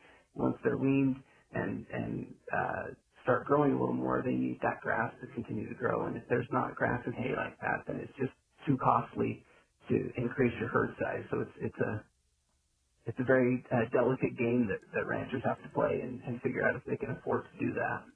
So why has beef gotten so expensive? What's been happening in the supply chain that's gotten us to this point? The difficulty is there are multiple players in the production chain. So you'll have a cow-calf producer, then you'll have someone that might be backgrounding, then you'll have feed yards, and then you'll also have the processing plants. And so every single part of that chain will get a profit. And if prices are remaining high and there's not as big of demand, then that does tend to help the smaller cow-calf producer, rancher that's at the beginning of the chain, that there's not as many animals, so they can get a higher they can get a higher price for their cattle, and they have been getting fairly good prices. The cattle market goes in a roughly a 10-year cycle, and so this is the time when prices are a little bit higher and cow-calf are getting a little bit better return, is that they can build back their facilities, they can pay off debts and do that kind of thing, because as time goes on, when the prices drop that they're getting paid, then it's they're not making money, they're losing more money, and so it's kind of a delicate balance. Although just because prices are a certain amount per pound, that doesn't mean the rancher that sells a calf is getting that per pound. They're all along the production chain. People are taking part of that profit, and then retailers as well, where they're selling it. So one thing some people can do is find a local rancher that sells to the public, and you can find some and get it direct. There are some here in Utah that do that, and you can find some local, but we don't have huge production facilities. Like there are some ranchers that will sell directly to the public and have enough for people to do that, but we don't have enough here in the state as far as feed to be providing local beef at grocery stores all the time, just by virtue of our climate. We just have more cow herds out grazing. Even with higher prices, Schmidt says you can be sure that the Utah raised beef you buy right now is high quality. Beef farmers and ranchers are out there doing the best they can, using the resources that we have, especially here in the state, to raise high quality beef. And there's a demand for that, and you can rest assured that you're getting a great beef product. And if a price point for a certain cut is too much, there are alternatives that you can use and other different cuts ways that you can do. And make sure you buy in bulk and freeze and do all those other things where you can save a few dollars and still enjoy delicious beef. So. Jacob Schmidt with the Utah Cattlemen's Association and the Utah Beef Council talking about the higher prices for beef ahead of the Pioneer Day holiday. The Monroe Canyon Fire taking priority as the #1 wildfire burning in the country today. We'll get a live update after the break. But first, it's KSL Traffic. It's brought to you by Mountain America's Double Rewards credit card promotion. Ricky? We have had a nice and quiet drive on the Valley freeways. The typical slowing in the construction zone, southbound I-15 in the Farmington area. But for Tooele County drivers, we have a new accident. This is southbound SR 36 Main Street at 10th North, and it is blocking a right lane of travel. The Good Feet store supporting you with comfort no matter what the day brings. Find the location nearest you at goodfeet.com. Ricky Meeson, the KSL Traffic Center. Listen to KSL for the new and traditional content you've always loved. There's the new Inside Sources, expanded from 9 to noon, and new expanded news coverage with Maria Shilaos on midday, noon to 3. And of course, the news and weather from voices you love, mornings and afternoons. Here are new traditions and the familiar ones on KSL News Radio, 102.7 FM and 1160 AM. Be advised, this is your opportunity to save up to 40 to 80% on a hot tub or swim spa. This weekend only, Friday through Sunday, Mountain America Expo Center, Sandy. Be advised, this is your opportunity to save up to 40 to 80% on a hot tub or swim spa. This weekend only, Friday through Sunday, Mountain America Expo Center, Sandy. 18-month interest-free financing. Our factories have demanded we sell 1,000 hot tubs and swim spas this weekend. Mountain America Expo Center, Sandy. Huge factory incentives, factory rebates, this weekend only. Mountain America Expo Center, Sandy. We can remove your old hot tub. Free delivery of your new hot tub. Hot tub starting at $2,999. Mountain America Expo Center, Sandy. Free delivery of your new hot tub. Just relax and enjoy. Mountain America Expo Center, Sandy. Friday, 2 p.m. to 8 p.m. Saturday, 10 a.m. to 8 p.m. Sunday, 10 a.m. to 6 p.m. Free admission, free parking, free delivery. Mountain America Expo Center, Sandy. Call 833-SPA-SALE or visit hottubandSwimSpaSale.com. Why'd I go to the doctor? One day at the firehouse, I was so lightheaded I could barely stand. Even my crew noticed. Getting checked out was the right call. Turns out I have atrial fibrillation, which increases the risk of stroke about 5 times. Symptoms like irregular heartbeat, heart racing, chest pain, shortness of breath, fatigue, or lightheadedness can come and go. But if it's AFib, the risk of stroke remains. If you have symptoms, contact a doctor. I'm so glad I did. Visit NoTimeToWait.com, sponsored by Bristol-Myers Squibb and Pfizer. Wesley Financial Group is not a law firm, and Chuck McDowell definitely not an attorney. This is Chuck. If someone talked you into buying something really silly and you want to get out of that silly little thing, my advice, get the facts. Call me and I'll send you our timeshare exit kit absolutely free. Inside, you'll learn how timeshare works and all your options for cancellation. Call Wesley now for your free exit info kit. 800-475-1818. That's 800-475-1818. I'm still going for it, even with higher stroke risk from atrial fibrillation, an irregular heartbeat not caused by a heart valve problem. Over a 3-year study, Eliquis apixaban tablets reduce stroke risk better than warfarin, and over 97% of Eliquis patients did not experience a stroke. A first stroke occurred in 2.9% of warfarin patients versus 2.3% of Eliquis patients. Don't stop prescription Eliquis without asking your doctor. Stroke risk may increase. Eliquis can cause serious and potentially fatal bleeding. Don't take if you have an artificial heart valve, abnormal bleeding, or antiphospholipid syndrome. While taking, you may bruise more easily or bleed longer. A spinal injection increases blood clot risk, which may cause paralysis. Get medical help right away for unexpected bleeding or bruising, or back pain, tingling, numbness, muscle weakness, or incontinence. Aspirin products, NSAIDs, SSRIs, SNRIs, and blood thinners increase bleeding risk. Tell your doctor about planned medical or dental procedures. Learn more at Eliquis.com or call 1-855-ELIQUIS. You were listening to Midday with Maria Shilaos. The Monroe Canyon fire burning roughly 10,000 acres with only 3% containment today. This is down in Sevier County near Richfield. Let's get an update on the fire from Connor Marr, PIO for the Great Basin Complex Incident Management Team. Connor, thanks for being with me. Are those numbers still accurate? Thanks for having me. Yes, those numbers are going to be the most accurate from overnight. Tell us about this fire. What are the challenges that you've come up against? Now, we've heard it's like the #1 burning fire in the country. Is that the case? So currently we are the #1 priority fire in the Great Basin region. And then depending on fire activity in other regions, we might be bumped up to the #1 nationally, which we were last week for some time. Currently this week, I believe it's now the Northwest region that's kind of shifted the priority. So we're still #1 priority in the region, meaning we're going to be able to get some resources and things we need in place. Right. So what are the challenges in battling this fire? Yeah, this is a complex fire, a lot of moving parts, a lot of different things. First and foremost, the focus has been from the start of this fire protecting and defending structures around the area, both directly in the path of this fire and then out ahead of areas it might shift towards. So that's taken a lot of our time, a lot of people to do structure prep, both thinning fuels around the areas and as well as putting in hose lays and pumps and sprinklers and water storage and all that stuff. And then another big challenge for us has been accessing some of these areas. We've got some really steep terrain with a lot of thick timber, down trees, things like that. We can't get people to as easily, so it takes a lot of time to get in there and get people on the ground. At this point, how many structures have been destroyed?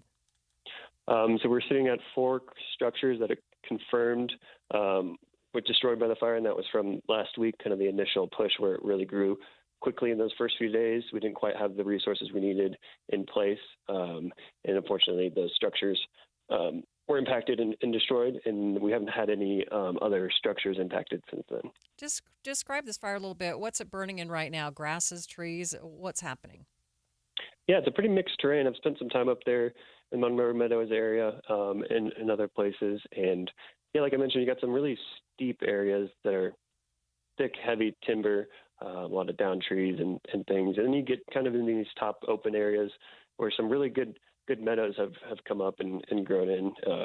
And that helps us when we're looking at spots to build containment lines and things, if we can use natural features like those meadows and other things. And then another thing on this fire we've been grateful for is some of the mechanical and hand thinning units that have been done around the area. So places where the local resources, both state and national forest, Fish Lake National Forest, has been able to thin out some of the fuels, both through prescribed burning and mechanical methods. So that kind of adds into some of those natural features that we're able to use to help control this fire. It's been quite windy up here. What are the conditions like down there for firefighting today? Yeah, we were expecting some wind today. The past few days have been kind of overcast and rainy for us here, which is good. Helps moderate conditions a little bit. And then moving into this week, forecast is generally telling us a little hotter, a little drier. We got some good rain overnight and into today, but most of the rain we're seeing so far has been pretty scattered, so we might get one area of the fire that gets a nice wetting, soaking rain, and then another area that might not see anything. So it's really hit or miss so far, but it does help kind of moderate that fire behavior. If we do get into that hot and dry weather we're expecting, this fire to become more active. It's still very much an active fire, a lot of burning, torching, and other things going on, and that will increase if we get that hot, dry weather. There is a community meeting tonight at 7 at the Sevier Valley Center. What do you expect to discuss there? Yeah, thanks for bringing that up. 7 p.m. today. We're hoping to see a good turnout from the community here, like the past meetings we've been having.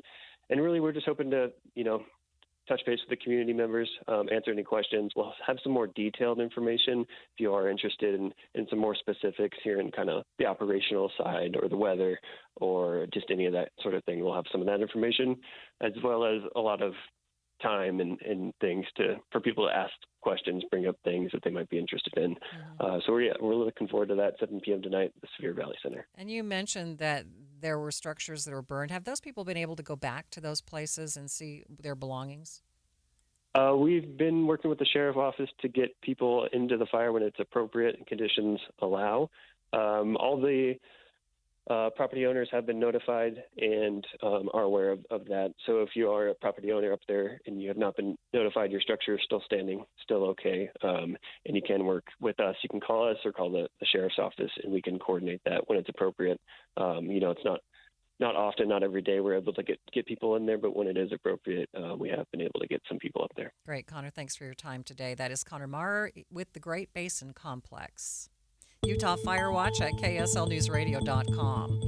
It's 1:30 midday at KSL News Radio. I'm Maria Shilaos. Some of the stories we are watching this hour. Millions in medical research funding cuts potentially on the way to the University of Utah. Linking childhood screen time to mental health challenges as adults. More on that in just a few minutes. And KSL traffic. We have a rollover accident. It's a construction vehicle in South Jordan at the corner of Mountain View Corridor, about 114th South. Maria? Sentencing hearing is underway for former Louisville police officer convicted of violating the civil rights of Breonna Taylor in a 2020 shooting. The DOJ under the Trump administration now calling for a lesser sentence. Brent Hankison was among several police officers executing a no-knock warrant looking for a suspect who, it turns out, was already in jail. During the raid, Breonna Taylor was shot and killed in her home. The 48-year-old Hankison faces up to life in prison, but the Justice Department has recommended that he serve 1 day. Taylor's family is furious. ABC's Jim Ryan. In Texas, state lawmakers have convened today for a special session, taking up legislation following the July 4th catastrophic flooding in Hill Country that killed at least 130 people. Fans are mourning the sudden death of Malcolm Jamal Warner, best known for his role as Theo Huxtable on The Cosby Show. Police in Costa Rica say Warner drowned at a beach in Limon after being caught by a high current. Michelle Franzen, ABC News. KSL's top local story this hour. Former BYU quarterback Jake Retzloff is headed to play for the Tulane Green Wave. KSL News Radio's Randall Jepson has more. ESPN says Tulane has been vetting Retzloff for over a week now, taking a close look at the civil lawsuit alleging sexual assault. That lawsuit was eventually dismissed. Now Jake has verbally committed and will join the team as a walk-on. Retzloff, he is familiar with several of the coaches on Tulane's staff, including the head coach that previously recruited him. Retzloff withdrew from BYU earlier this month when it was learned he was facing a 7-game suspension. Randall Jepson, KSL News Radio. KSL BYU insider Mitch Harper says Jake Retzloff is headed to that program, and he needs help at the quarterback position. Tulane's a program that has been in the market for quarterbacks. They lost their star quarterback to the transfer portal this past winter to Duke. They've added a handful of transfers. They have been heavily involved with the transfer portal and trying to find a quarterback, and Jake Retzloff's probably the most decorated guy. Mitch says it would be difficult for anyone to win a starting job in a new program in such a short amount of time, but he says Retzloff wouldn't have made that move if he didn't feel like he had a good shot. Heber City Police are still investigating the scene of a birthday party for a 15-year-old that ended with 2 men being stabbed. KSL News Radio's Heather Kelly has more. The quinceañera birthday party took place at the Junction restaurant. Heber City Police say officers responded to a report of a stabbing just before midnight last night. They found one man had been stabbed 3 times. They gave him life-saving aid until emergency medical teams arrived. He is now in critical condition. Another man had a stab wound to his leg and was treated on scene. Witnesses told police the suspects fled the area. Other local stories we are following, the Huntsman Mental Health Institute is opening a new walk-in crisis care program for youth in Salt Lake City. Miranda Bernard, president of the Huntsman Health Foundation, told me earlier that suicide is the leading cause of death for children ages 10 to 17 in Utah. So she says this new program will be a huge resource for parents who don't know how to help their kids in crisis. It can be really hard to know the best place to take them, to get them the help that they need or what kind of resources are available. And this new program is really the answer to that question. So they can bring them here and know that they'll get assessed. The center officially opens next Monday.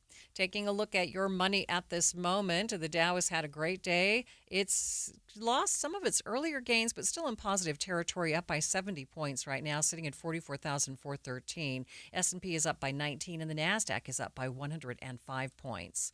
Traffic and weather, it's brought to you by Mountain America's Double Rewards credit card promotion. Ricky, you had a trouble spot for us. We do. Wheels Up. This is a big piece of construction equipment that has rolled and is now sitting at the corner in South Jordan at the intersection of Mountain View Corridor, just east of South Jordan Parkway.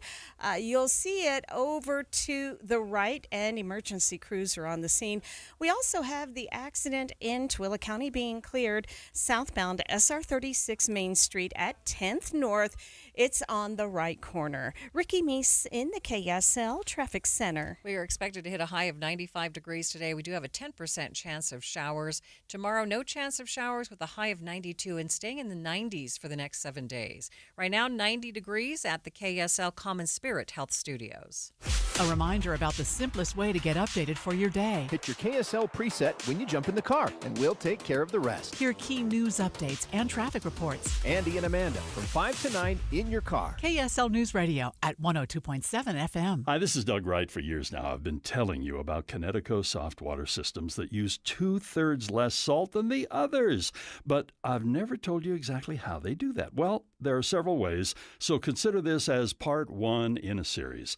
Most of the softeners out there use a finicky, hard-to-adjust computer to guesstimate when to cycle, and it errs on the side of cycling too often, which means it'll burn through way too much salt way too soon. Connecticut is different. It has an all-mechanical system that measures the water precisely. No computer, no guesstimating, so it cycles only when needed. The result, Connecticut delivers perfectly soft water 24/7 using minimal salt. So why not save your lower back from carrying the 3 bags of salt when all you need is 1? Call Northern Utah's authorized Connecticut dealer, Connecticut Quality Water Systems of Salt Lake. Call them now, 801-576-8600, or log on to softwaterutah.com and tell them Doug sent you. 5 guys walk into a JCW's and order burgers, a pastrami, a mushroom Swiss, a guacamole bacon, a hickory barbecue, a ribeye steak, 2 onion rings, 3 French fries, a strawberry, mint, peanut butter, chocolate, and marshmallow shake, and not one left to tip. Because at JCW's, we don't ask for it. We think the price you see should be the price you pay. And all that, would you like to leave a tip stuff, is for the birds. JCW's. Quality and a lot of it. Open in American Fork, Lehigh, Provo, South Jordan, and Harriman. Kick off Pioneer Day with the KSL Days of 47 Parade. Watch Thursday starting at 9 a.m. live on KSL TV or along the parade route on the KSL Plus app. Spot all 6 keywords to earn bonus entries for your chance to win $1,000. Download the KSL Plus app now to play along. Brought to you by Common Spirit. Start your morning clear. 77 right now. So some of you out there waking up to near 80 degrees. With Matt Johnson, only on KSL Today. You were listening to Midday with Maria Shilaos. Dr. Bob Carter is the CEO of University of Utah Health and the Senior Vice President of Health Sciences at the U. Research funding cuts could soon come to the university. Now, the cut's roughly $100 million a year. Now, I spoke to Dr. Bob Carter about what this means. Describe for me these cuts that are going to happen and what you're concerned about. Thanks. You know, the NIH is a major funder of research both at the University of Utah and at the national level. And right now there is a proposal to cut the NIH budget significantly and also to reduce the what's called indirect support or the facility support for grants that are currently ongoing. And when you look at that overall portfolio, that's about $300 million out of the University of Utah's overall almost $700 million of research. So it's a very significant proportion of the overall budget. And the cuts would cause us to lose around $110 million annually. That's a lot of jobs and a lot of research that we think is very important. So we are concerned about it. Do you think these cuts are going to become a reality? You know, that's a great question. As they were originally proposed, they were pretty severe, and there has been ongoing conversation with both the NIH, and we've had some success in conversing with the NIH about certain grants and getting those restored.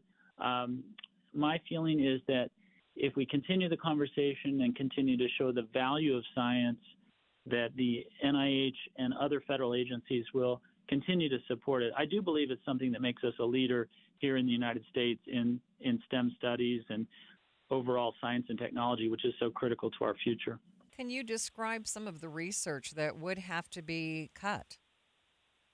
You know, a lot of the cuts, interestingly, are focused on training grants and other early career development awards. And one of the concerns about that is that we might lose a generation of scientists by having these cuts come at a critical early career time point. Our hope is that, again, for investment in the future, we think about young people that might be attracted to science who will set the stage for new innovations and new companies. And having that early career support is so important. So that is a focus area of the cuts, and we're hoping that that will be reduced or not be as severe as was originally proposed. Yeah. How difficult is it already to get students to really focus on these areas? You know, it can be challenging. A career in science does take time and years of preparation. And so there are many individuals who come into that very aspirational, but find that it's a challenging road because of the granting mechanisms that occur, et cetera. We do feel, though, that it's a very exciting area of personal development and professional development. So we do have those that are interested, but we can lose them if we don't provide that early career support. Talk about those jobs that you say would be lost. What are we talking about there?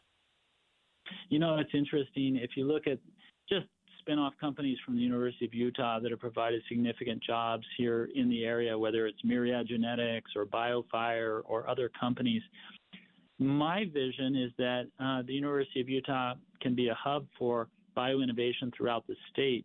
And if the state is a place that's known for its science, I feel that that will serve our economy very well here.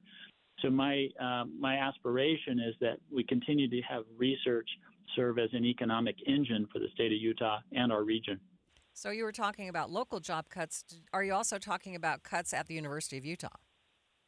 Right now, we're not talking about any cuts at the University of Utah because we feel like we've got a good plan. We've been very careful over the years to strategically design our research programs, and we are holding steady, but we are concerned about the ability to invest in the future if the NIH and other federal agencies come through with the full force of the proposed cuts.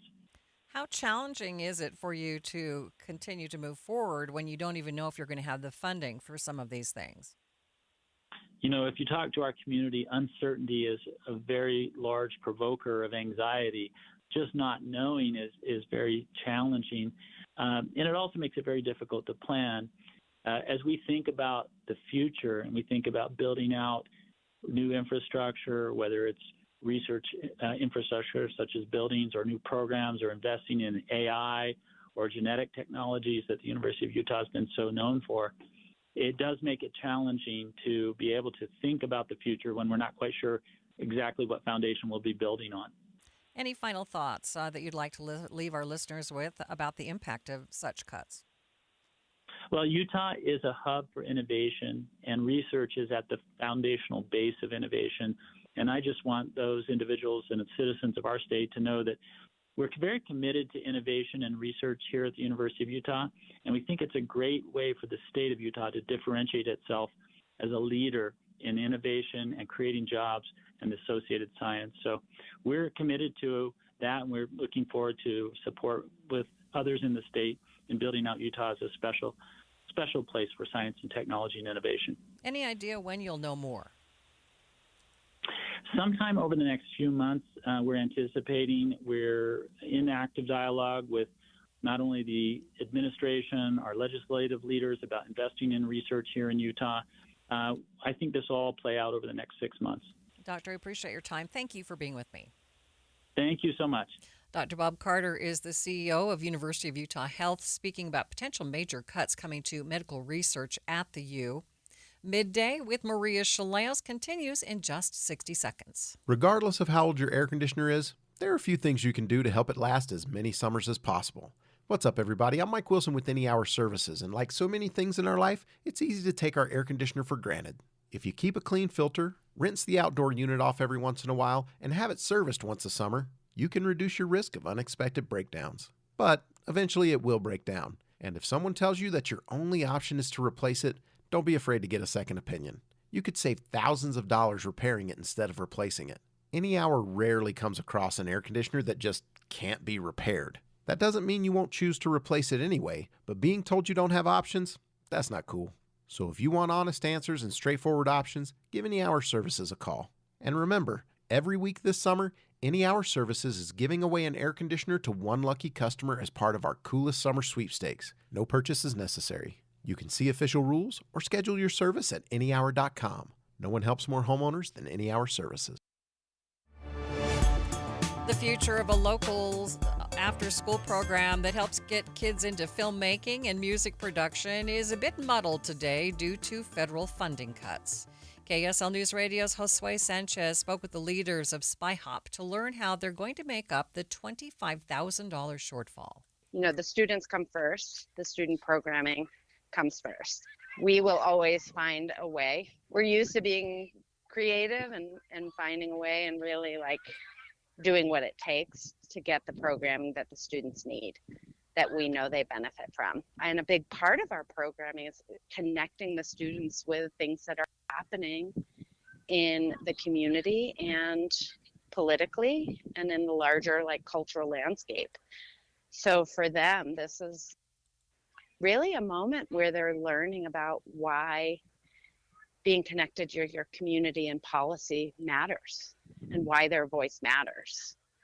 So I think in a way it was a really important moment for them to realize oh, these policy decisions, they do affect us.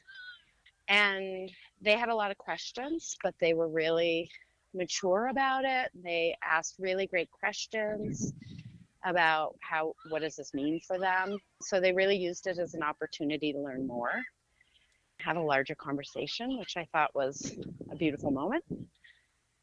And then they asked how they could help. So maybe you've seen we're doing a sort of a grassroots campaign to see if we can recoup some of that loss. But we're certainly always talking about, well, this is, one grant and we don't know what the future is. So we always, prepare for the best, plan for the worst. Director of Marketing Carrie Rice says while the organization has reached out to the community to help fill that gap, they need more consistent funding for future students. But for now, the students have calmed down about the cuts.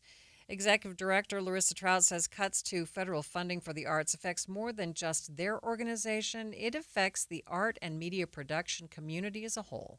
The threat to the arts community is coming from many different directions. So the loss of NEA money is one, the humanities is another. News of the clawback of the public broadcasting dollars is huge.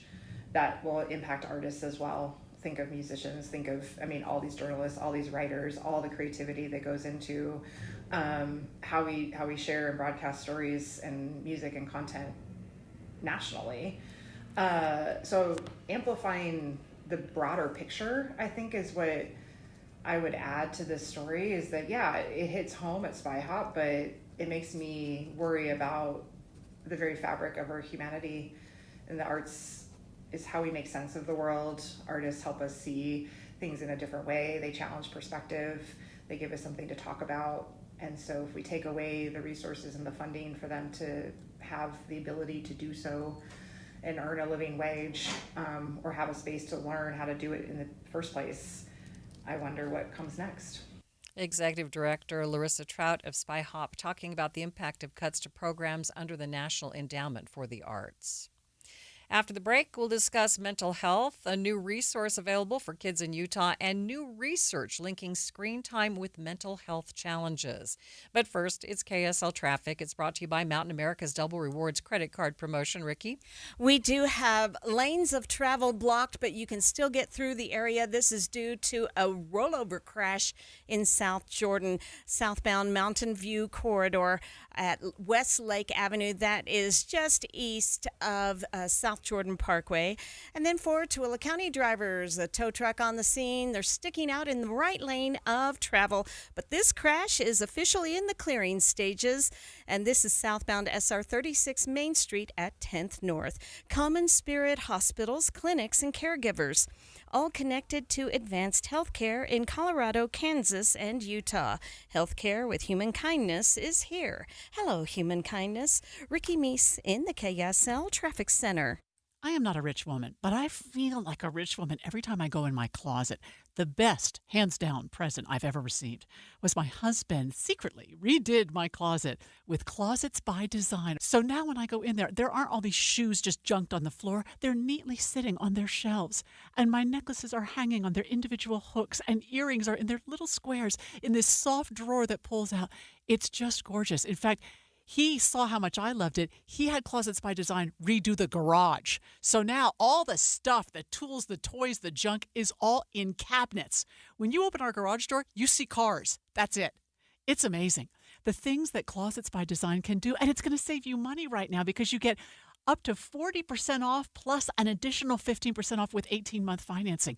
You can do so much with your closet, much more than you realize, with this wonderful Utah company, Closets by Design. Find out more at 1-800-BY-DESIGN or closetsbydesign.com. Respiratory virus season is quickly approaching, meaning we'll see more flu, COVID, and RSV in our community. The good news is vaccines are available that will help prevent these infections and keep people healthy. For flu and COVID, everyone aged 6 months and older are recommended to be vaccinated to help protect ourselves and our families against serious illness. Fall remains the best time to be vaccinated. Respiratory viruses circulate year-round, but peak late fall through winter. Your doctor can recommend which vaccines are best for you and your family. Brought to you by Intermountain Health and KSL News Radio.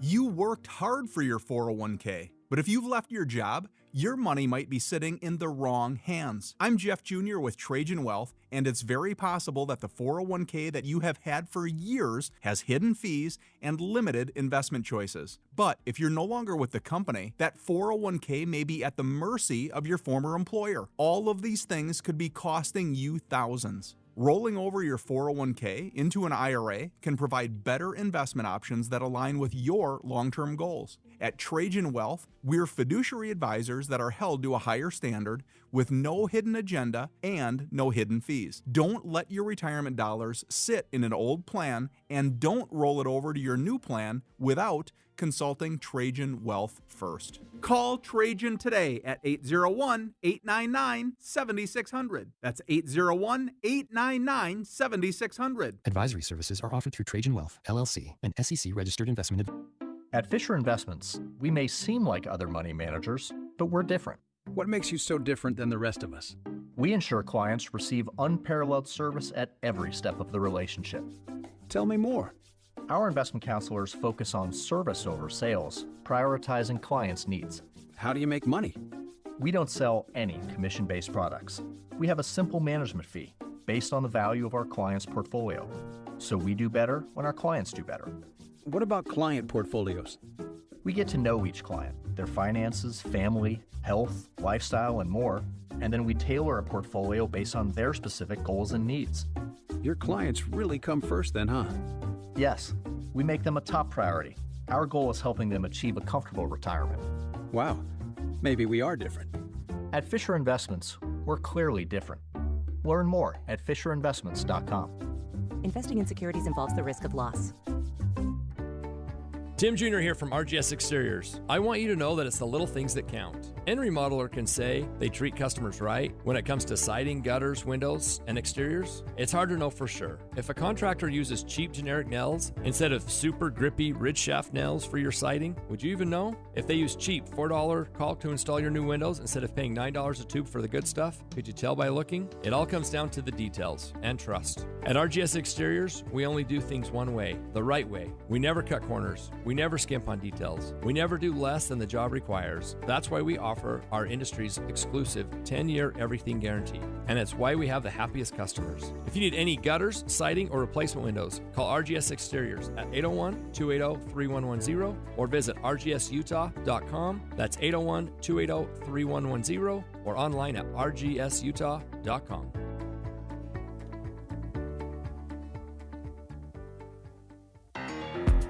This is Midday with Maria Shilaos. We are streaming on the KSL News Radio app. It's sponsored by At Your Service Pros. The Huntsman Mental Health Institute is hosting a community open house today at its new walk-in crisis care program for youth in Salt Lake City. Earlier on Midday, I spoke with Miranda Bernard, the president of the Huntsman Mental Health Foundation. Tell us about this new program. What services are available? Well, we are really excited about it. Our new program opens on next Monday, and it's called the Huntsman Mental Health Youth Crisis Care Program. So we are able to take kids who come in with their families anytime, 24/7, 365 days a year, and it's for kids who might be struggling with any kind of mental health challenge that lots of our children are struggling with these days. So things like suicidal behaviors and thoughts, depression, anxiety, any kind of issues they might be experiencing from trauma or self-harm, we are here for them and are happy to see the kids and make sure that they're able to get the help that they need when they need it. You mentioned a lot of kids are suffering from some of these things. Tell us about the need for this type of center in the community. Yeah, this is really filling an important gap that we're seeing in the community. So lots of us as parents who might have kids who are struggling with any kind of mental health challenge, it can be really hard to know the best place to take them to get them the help that they need or what kind of resources are available. And this new program is really the answer to that question. So they can bring them here and know that they'll get assessed. We also know that this is a big need just because of some of the data. We know that suicide, for example, is the leading cause of death for children in Utah, ages 10 to 17. So we are really anxious to change that and to see a dramatic improvement. And we know that this program is the first, next big step for us at Huntsman Mental Health Institute to make a big difference there. Bernard says this service also has a potential to relieve some of the pressure off emergency rooms where many people traditionally go when they're experiencing a mental health crisis. The earlier a child receives a smartphone, the worse their mental health may be. That's according to a new study from Mind Health Quotient released overnight. The study didn't prove a cause and effect, but showed that there may be a connection.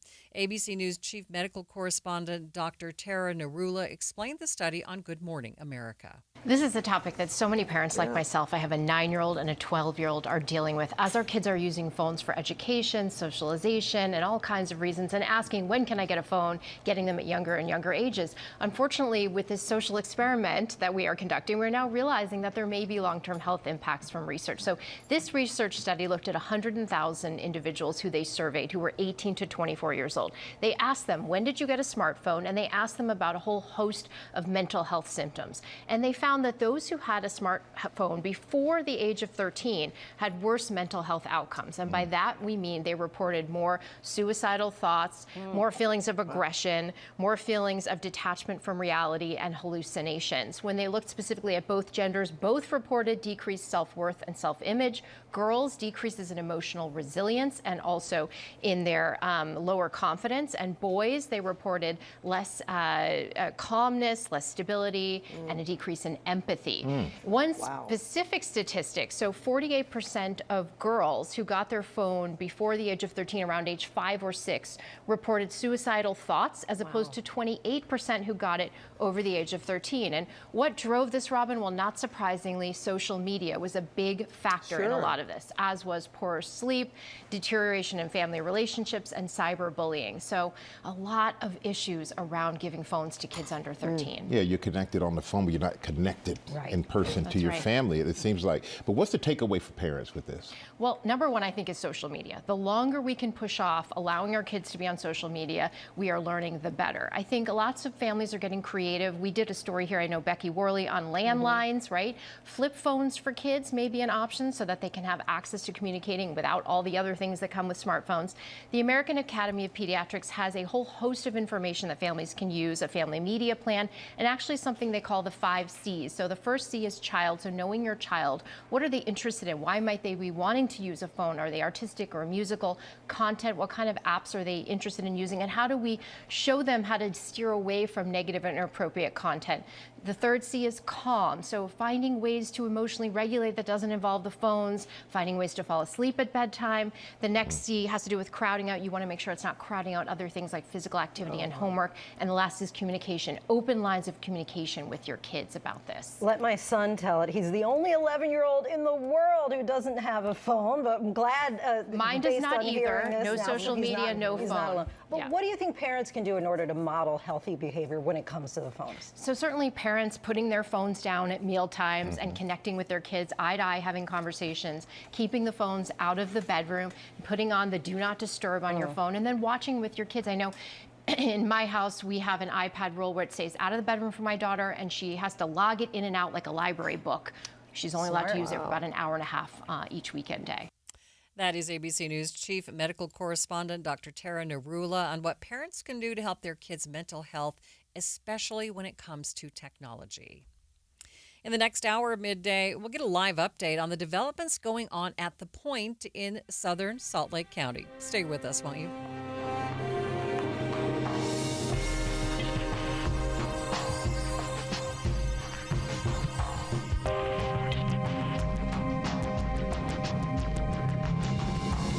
KSL FM Midvale. KSL Salt Lake City. From the KSL Common Spirit Health Studios, this is KSL News Radio. Utah's news, traffic, and weather station. Several drownings this summer so far, including more over this last weekend. State officials pleading with Utahns to be more proactive with their safety. If you think that you've got a paddleboard and that you're safe on a paddleboard and that's the only flotation you need, you're wrong. We've seen 4 fatals on paddleboards alone. The time is 1 o'clock on Monday, July 21st. It's Midday. I'm Maria Shilaos. Coming up, more on what officials want you to do to help stop this increasing trend of fatal accidents in Utah's outdoors. Also this hour, it's just an important part of everybody's lives. New research outlining the choices a person needs to make in their 20s in order to be successful in their 30s. But first, our top stories. Breaking news.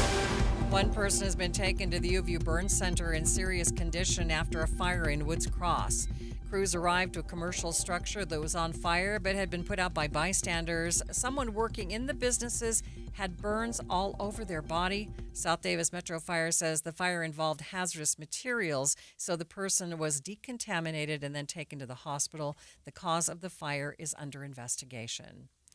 Utah has lost multiple immigration judges in a matter of months. Now attorneys worry that the already backed up caseload could get even worse. You're never going to get through that logjam. Local immigration attorney Adam Craig tells me we had just 5 immigration judges in the state, but in the last 5 months we've dropped to 2 after one took a federal workers buyout, another was fired, and another just resigned. Craig says when they had 4 to work with, they already were having to schedule deportation hearings into 2029, but now with 2 judges, I can't even fathom when they'll be able to set final trials, final individual hearings. Those 2 judges are now having to handle more than 60,000 deportation cases between the 2 of them. And to make matters worse, Craig says another one of them is close to retiring, meaning? My goodness, we could be getting down to a point where we have 1 left.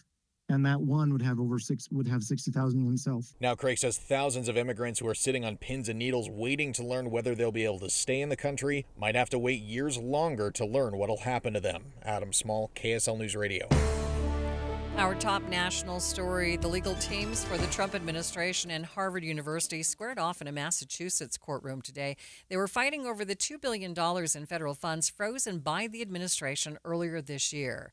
Tasha Williams, the vice president of Harvard's clerical and technical workers, says they are prepared to stand in solidarity for as long as this legal battle takes. It is already clear to us that this will be a difficult uphill battle, but we have the faith that we will overcome these threats.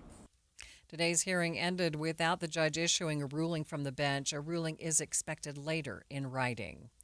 We now know a date when a big change will come to Southwest Airlines as it becomes more like the other airlines. We now know the date. Beginning January 27th of next year, Southwest will begin assigning seats on board. The change comes amid recent announcements that Southwest will do away with open seating, plus is now charging for checked bags and will have an extra legroom area up front. Southwest says beginning July 29th, customers will be able to choose their assigned seats for flights taking off beginning January 27th.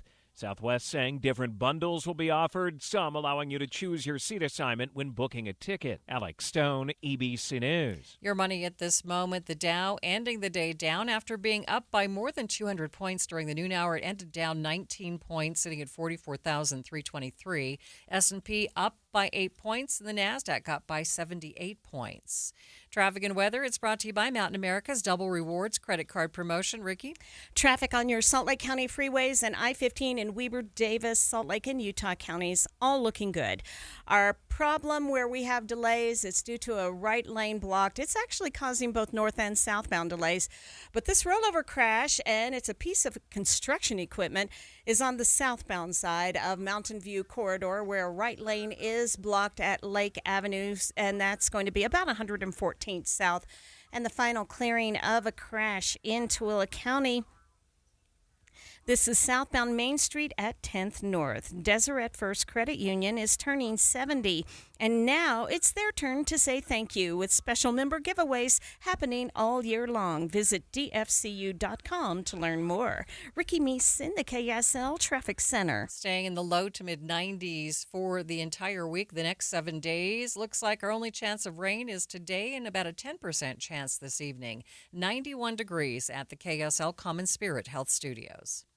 The sources where we get our news matters. When you listen to Utah's Morning News, we want you to feel the stories are important to you and trustworthy. This is Amanda Dixon. And I'm Andy Farnsworth. Join us weekday mornings on KSL News Radio. Any Hour Services can make sure your AC keeps you cool this summer. Whether you need a tune-up, repair, or just a second opinion about replacing it, call Any Hour Services or visit anyhourservices.com. All right, Takis fans. Wendy's knows you love your Takis Fuego chips. So we thought, why not make a Takis Fuego meal with a Takis Fuego chicken sandwich with spicy chicken topped with crushed Takis Fuego chips and creamy corn spread. Plus, it comes with Fuego fries inspired by Takis and a bag of Takis Fuego chips. If we had any more heat, we might start an actual... I told him this would happen. For an intense new take on Takis chips, gotta be Wendy's. Limited time only at participating U.S. Wendy's. Includes 1 ounce Takis Fuego chips while supplies last. Takis and Fuego trademarks are used under license. Wesley Financial Group is not a law firm, and Chuck McDowell definitely not an attorney. This is Chuck. If someone talked you into buying something really silly and you want to get out of that silly little thing, my advice, get the facts. Call me and I'll send you our timeshare exit kit absolutely free. Inside, you'll learn how timeshare works and all your options for cancellation. Call Wesley now for your free exit info kit. 800-486-9600. That's 800-486-9600. I'm back to doing what I love and more, thanks to the Good Feet store. Are you struggling with pain in your feet, ankles, knees, hips, or lower back? At the Good Feet store, we recommend having high-quality support in all of your shoes. Our personalized arch support system has helped countless people find relief, like Karen. Here is her Good Feet story. After I decided my pain was too much, and my doctor actually suggested that I do visit the Good Feet store. Pretty amazing when they put the arch supports in your shoe and you walk around and you realize there's not pain, and you think, how can this arch support in my shoe make my back pain go away? But it works. And how can it make my knee pain go away? It was incredible. Come to the Good Feet store today and see what we can do for you. Good Feet arch supports are in stock and available in over 300 different styles and sizes. Thanks to the Good Feet store. Stop in today at the Good Feet store. Thanks for tuning in to Midday. I'm Maria Shilaos. Utah officials are warning people to be safe on the water for the upcoming holiday weekend. Their warning comes in the wake of several recent drowning incidents. KSL News Radio's Heather Peterson joins me now live in studio to talk a bit about it. And Heather, what did they have to say today? Maria, the Department of Natural Resources said today they've already had 6 drownings so far this year. And Todd Royce, the DNR's law enforcement chief, says 4 of those were on paddle boards. If you think that you've got a paddle board and that you're safe on a paddle board and that's the only flotation you need, you're wrong. We've seen 4 fatals on paddle boards alone. So this is not a new message, but they're really stressing that if you're going to be out recreating for July 24th, a life jacket could be the difference between life and death. They drove the point home by letting us hear from Kim Wolf, who had a scary experience at the Provo River back in June. Me and my family were just paddleboarding down the Provo River, and we got to the trestle bridge, and my daughter's paddleboard flipped first, and I tried to get to her, but I couldn't because the current took me to the other direction. So when I got taken down by the current, I thought, I think I'm stuck, and I thought it was my tether from my paddleboard, but it ended up being the strap on my sandal that was caught under the water. And I credit a lot to my safety and why I'm here today from all of the people that were there. The bystanders, the DNR, the SAR team, and most importantly, wearing a life jacket, because I wouldn't have been able to get to that point if I didn't have my life jacket on. So, with that said, it is so important to wear a life jacket. I don't know what I would have done if I didn't have it. The current was too much to stand up straight, so I wouldn't have been able to stay above the water. So she was lucky, but also prepared. DNR is telling people to wear life jackets, seat belts, helmets, any possible safety gear if you're going to be boating, jet skiing, paddleboarding, or anything else on the water. Over 4th of July weekend, they had 9 major incidents on the water in the state of Utah, and we even had 2 incidents over the weekend at Causey Reservoir and Yuba State Reservoir. At Causey, the man died while cliff jumping. At Yuba State Reservoir, the man died while swimming. Officials haven't said in that case if he was wearing a life jacket, but they're hoping to not see a repeat of any of these incidents for the upcoming holiday weekend. So please wear a life jacket. Yeah, we keep saying it over and over again. Thanks, Heather. Hopefully things this holiday weekend aren't as deadly as they've been. KSL News Radio's Heather Peterson joining me live in studio. Growth at the Point. The huge mixed-use development at the site of the Old State Prison at the point of the mountain continues today. Now, if you've driven past it on I-15, I'm sure you've seen things moving and grooving. Joining me now for an update on the project and to talk a little bit more about housing within the plans is Michael Ambre, Executive Director of The Point. Thank you so much for being with me, Michael.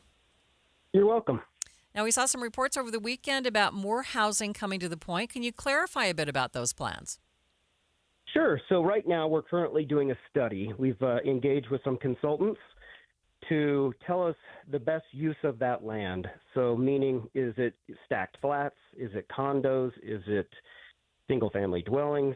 So we're currently doing a study, and we're also looking at how much the infrastructure would cost to put in to support that development, and we're also looking at design standards and codes. So we're early on in the process, and this is kind of new information even for my board. So for those who maybe haven't driven by lately, kind of describe what is going on. What does the development look like? Yeah, we're putting in the backbone infrastructure right now. So that's Porter Rockwell Boulevard. We also have our loop roads that go around the first phase of the project, which is 100 acres. And so you've got roads, water, sewer, gas, power, and all of that is being installed and constructed as we speak. Michael, what do you hope to accomplish by the end of the year? Well, it's actually going to be more like 2 years. I think in the next 12, 18 months, you'll see some of these utility packages finishing. And then from there, in probably next quarter 2 of 26, you'll start to see some buildings going vertical. Do you expect competition between the Point and other mixed-use developments in the area? What's happening in that area? I really don't. The Point is quite different from other developments that are currently being done in the state of Utah. We're really seeking more national headquarters, right, in innovation and tech.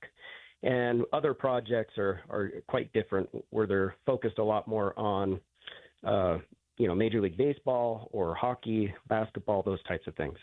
You mentioned that these latest housing ideas are even new to your board, but what do you envision? Well, and when I said they're new to my board, I mean the studies haven't been completed, so I haven't been able to update my board with those studies. Right. But they are aware of what we're trying to accomplish. And I believe when the original framework plan was done, it didn't contemplate a for-sale product. But with the demand, as you know, the governor really would like to solve that problem about the shortage of housing. And so that's kind of why we went down this path and studied it. So what would that housing look like? Well, and that's exactly why we've hired consultants, right? Because we don't exactly know. We don't know if that's going to be condos, stack flats, townhomes. We're really trying to figure out the best use of that land, and we don't know yet. Okay. Anything else you'd like people to know about this big project?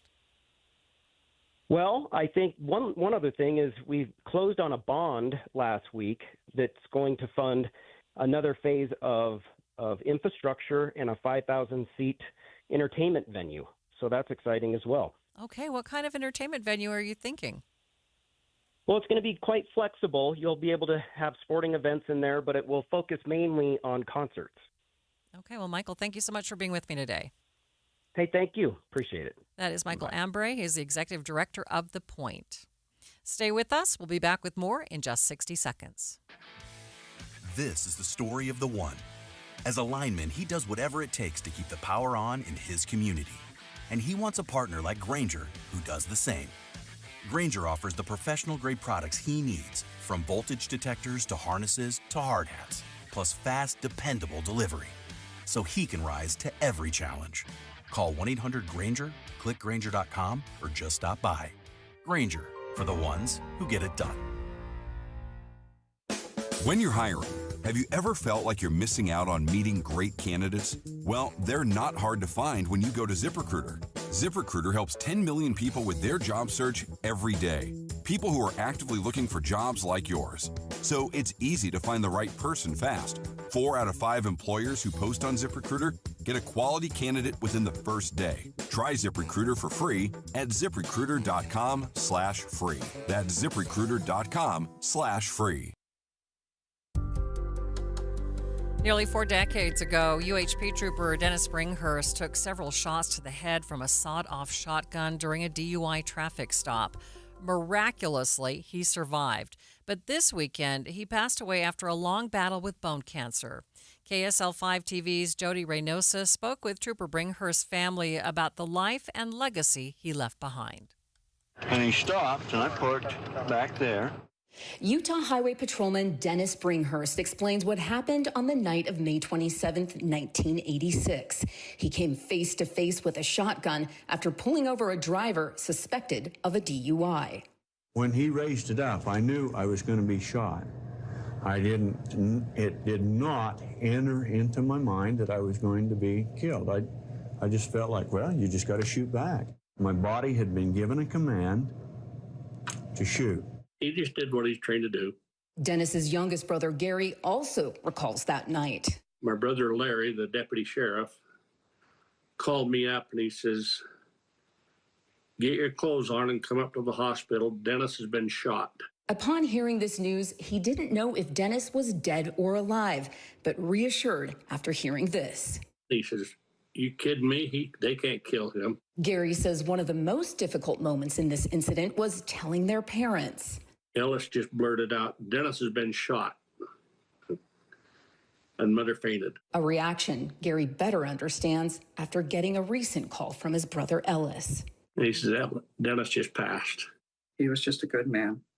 Yeah, he will be missed. This good man was also a driver for former Utah Governor Scott Matheson. The family jokes about his enthusiasm for policy change. You're our commander-in-chief, right? He says, yeah. He says, well, how come you can have a mustache and we can't?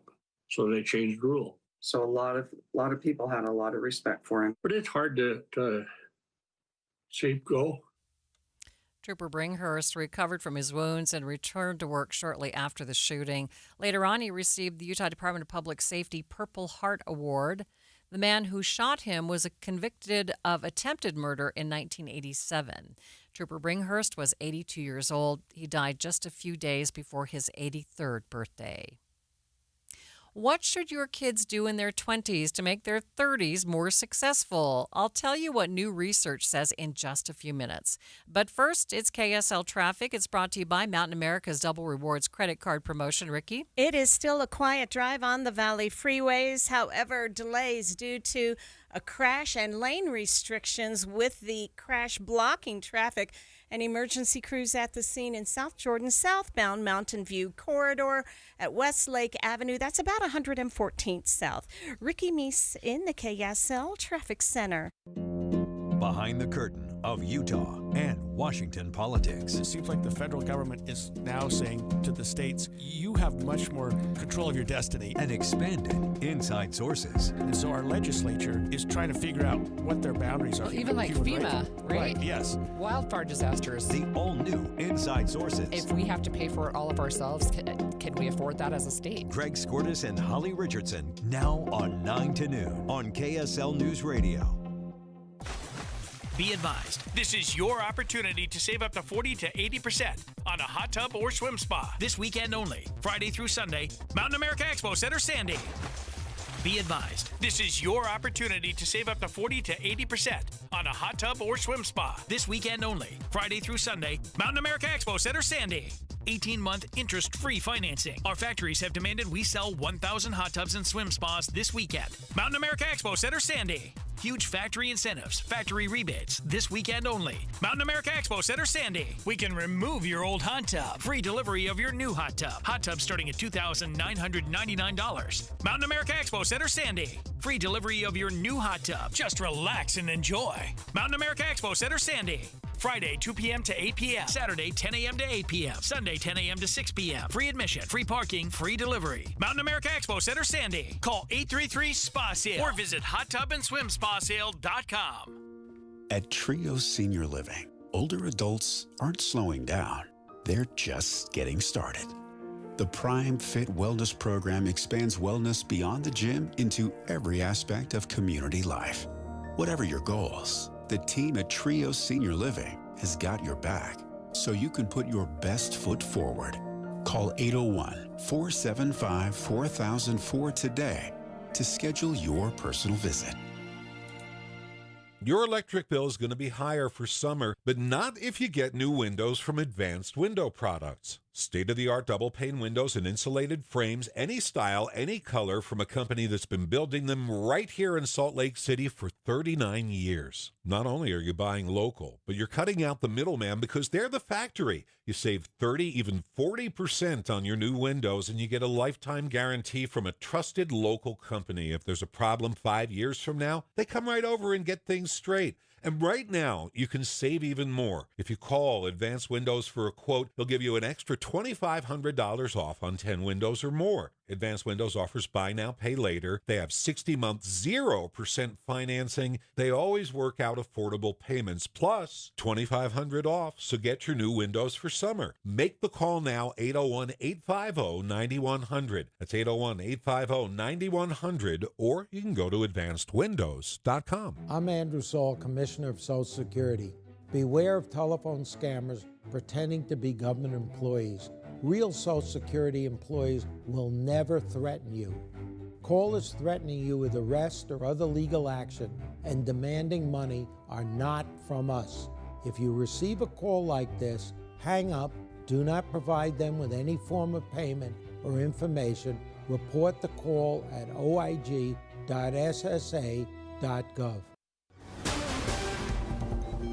And we have breaking news here on KSL News Radio. We are following a story out of Washington, D.C. The Trump administration has released FBI surveillance records on Martin Luther King Jr. despite his family's opposition. The release involves an estimated 200,000 pages of records that had been under a court-imposed seal since 1977. In a lengthy statement, the two living King children called their father's case a captivating public curiosity for decades, but called for empathy, restraint, and respect for their family's continuing grief. In other news, parents, listen up. If you have a child in their 20s and they're not really sure what to do with life, tell them to get an education and do some service. A new study says if you want to have success in your 30s, those are the two things that you need to do in your 20s. The research done by BYU shows while 20-year-olds have a whirlwind of choices, they'll be happier if they prioritize their education and helping others. I spoke with BYU Family Life professor Larry Nelson about the challenges facing young people as they enter adulthood. Dr. Nelson, thank you for spending a few minutes with me to talk about your latest study. Tell us what you found. If people really want to thrive in their 30s, what are some of the key things that they should be doing? Be thinking about their 30s while they're in their 20s. For years, my colleagues and I have looked at factors that lead to either flourishing or floundering in the 20s and surmised that those choices would have long-lasting consequences. And so in this study, indeed, we found that those who were doing well in their 30s were those who pursued education, some sort of secondary training education in their 20s, and engaged in volunteer work throughout their 20s. Let's talk about the challenges of those in their 20s and why they really do need to stop and think about this for a minute, because we know they have a lot of choices. They have a lot of choices. When I talk to young adults, I make it clear to them that I'm not attacking young adults. In fact, it's my care and concern for them that lead me to worry about the time period that they're in. The 20s are a time of instability. They're leaving friends from high school. They're gaining new friends, work or college. Then they leave to move on. They're changing residences, majors. It's time of instability. There's not a lot of structure. They have complete autonomy to do what they want, when they want, for how long, and with whom they want. So with all of that instability, freedom, lack of structure, there's the potential to engage in a lot of problematic behaviors, to just focus on themselves in the moment for pleasure and fun. And yet that type of view, if engaged in for 8, 9, 10 years, can lead them at the end of that time unequipped for their future, ill-prepared for their future, stuck in ruts of caring only about themselves and nothing or nobody beyond them. So it's really important to, while having fun and enjoying their 20s, make sure that they are thinking about the future and that they're thinking about other people.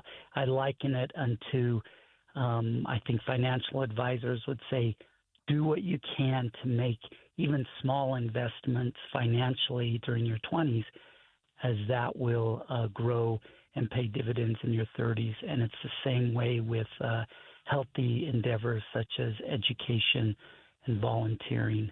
They may be little efforts or big ones, but it will have consequences for their good later on. Let's focus for a second on education. Kids are getting a lot of mixed messages about whether they actually need to get a degree or not. This is another reason that they should get a degree or at least go to school.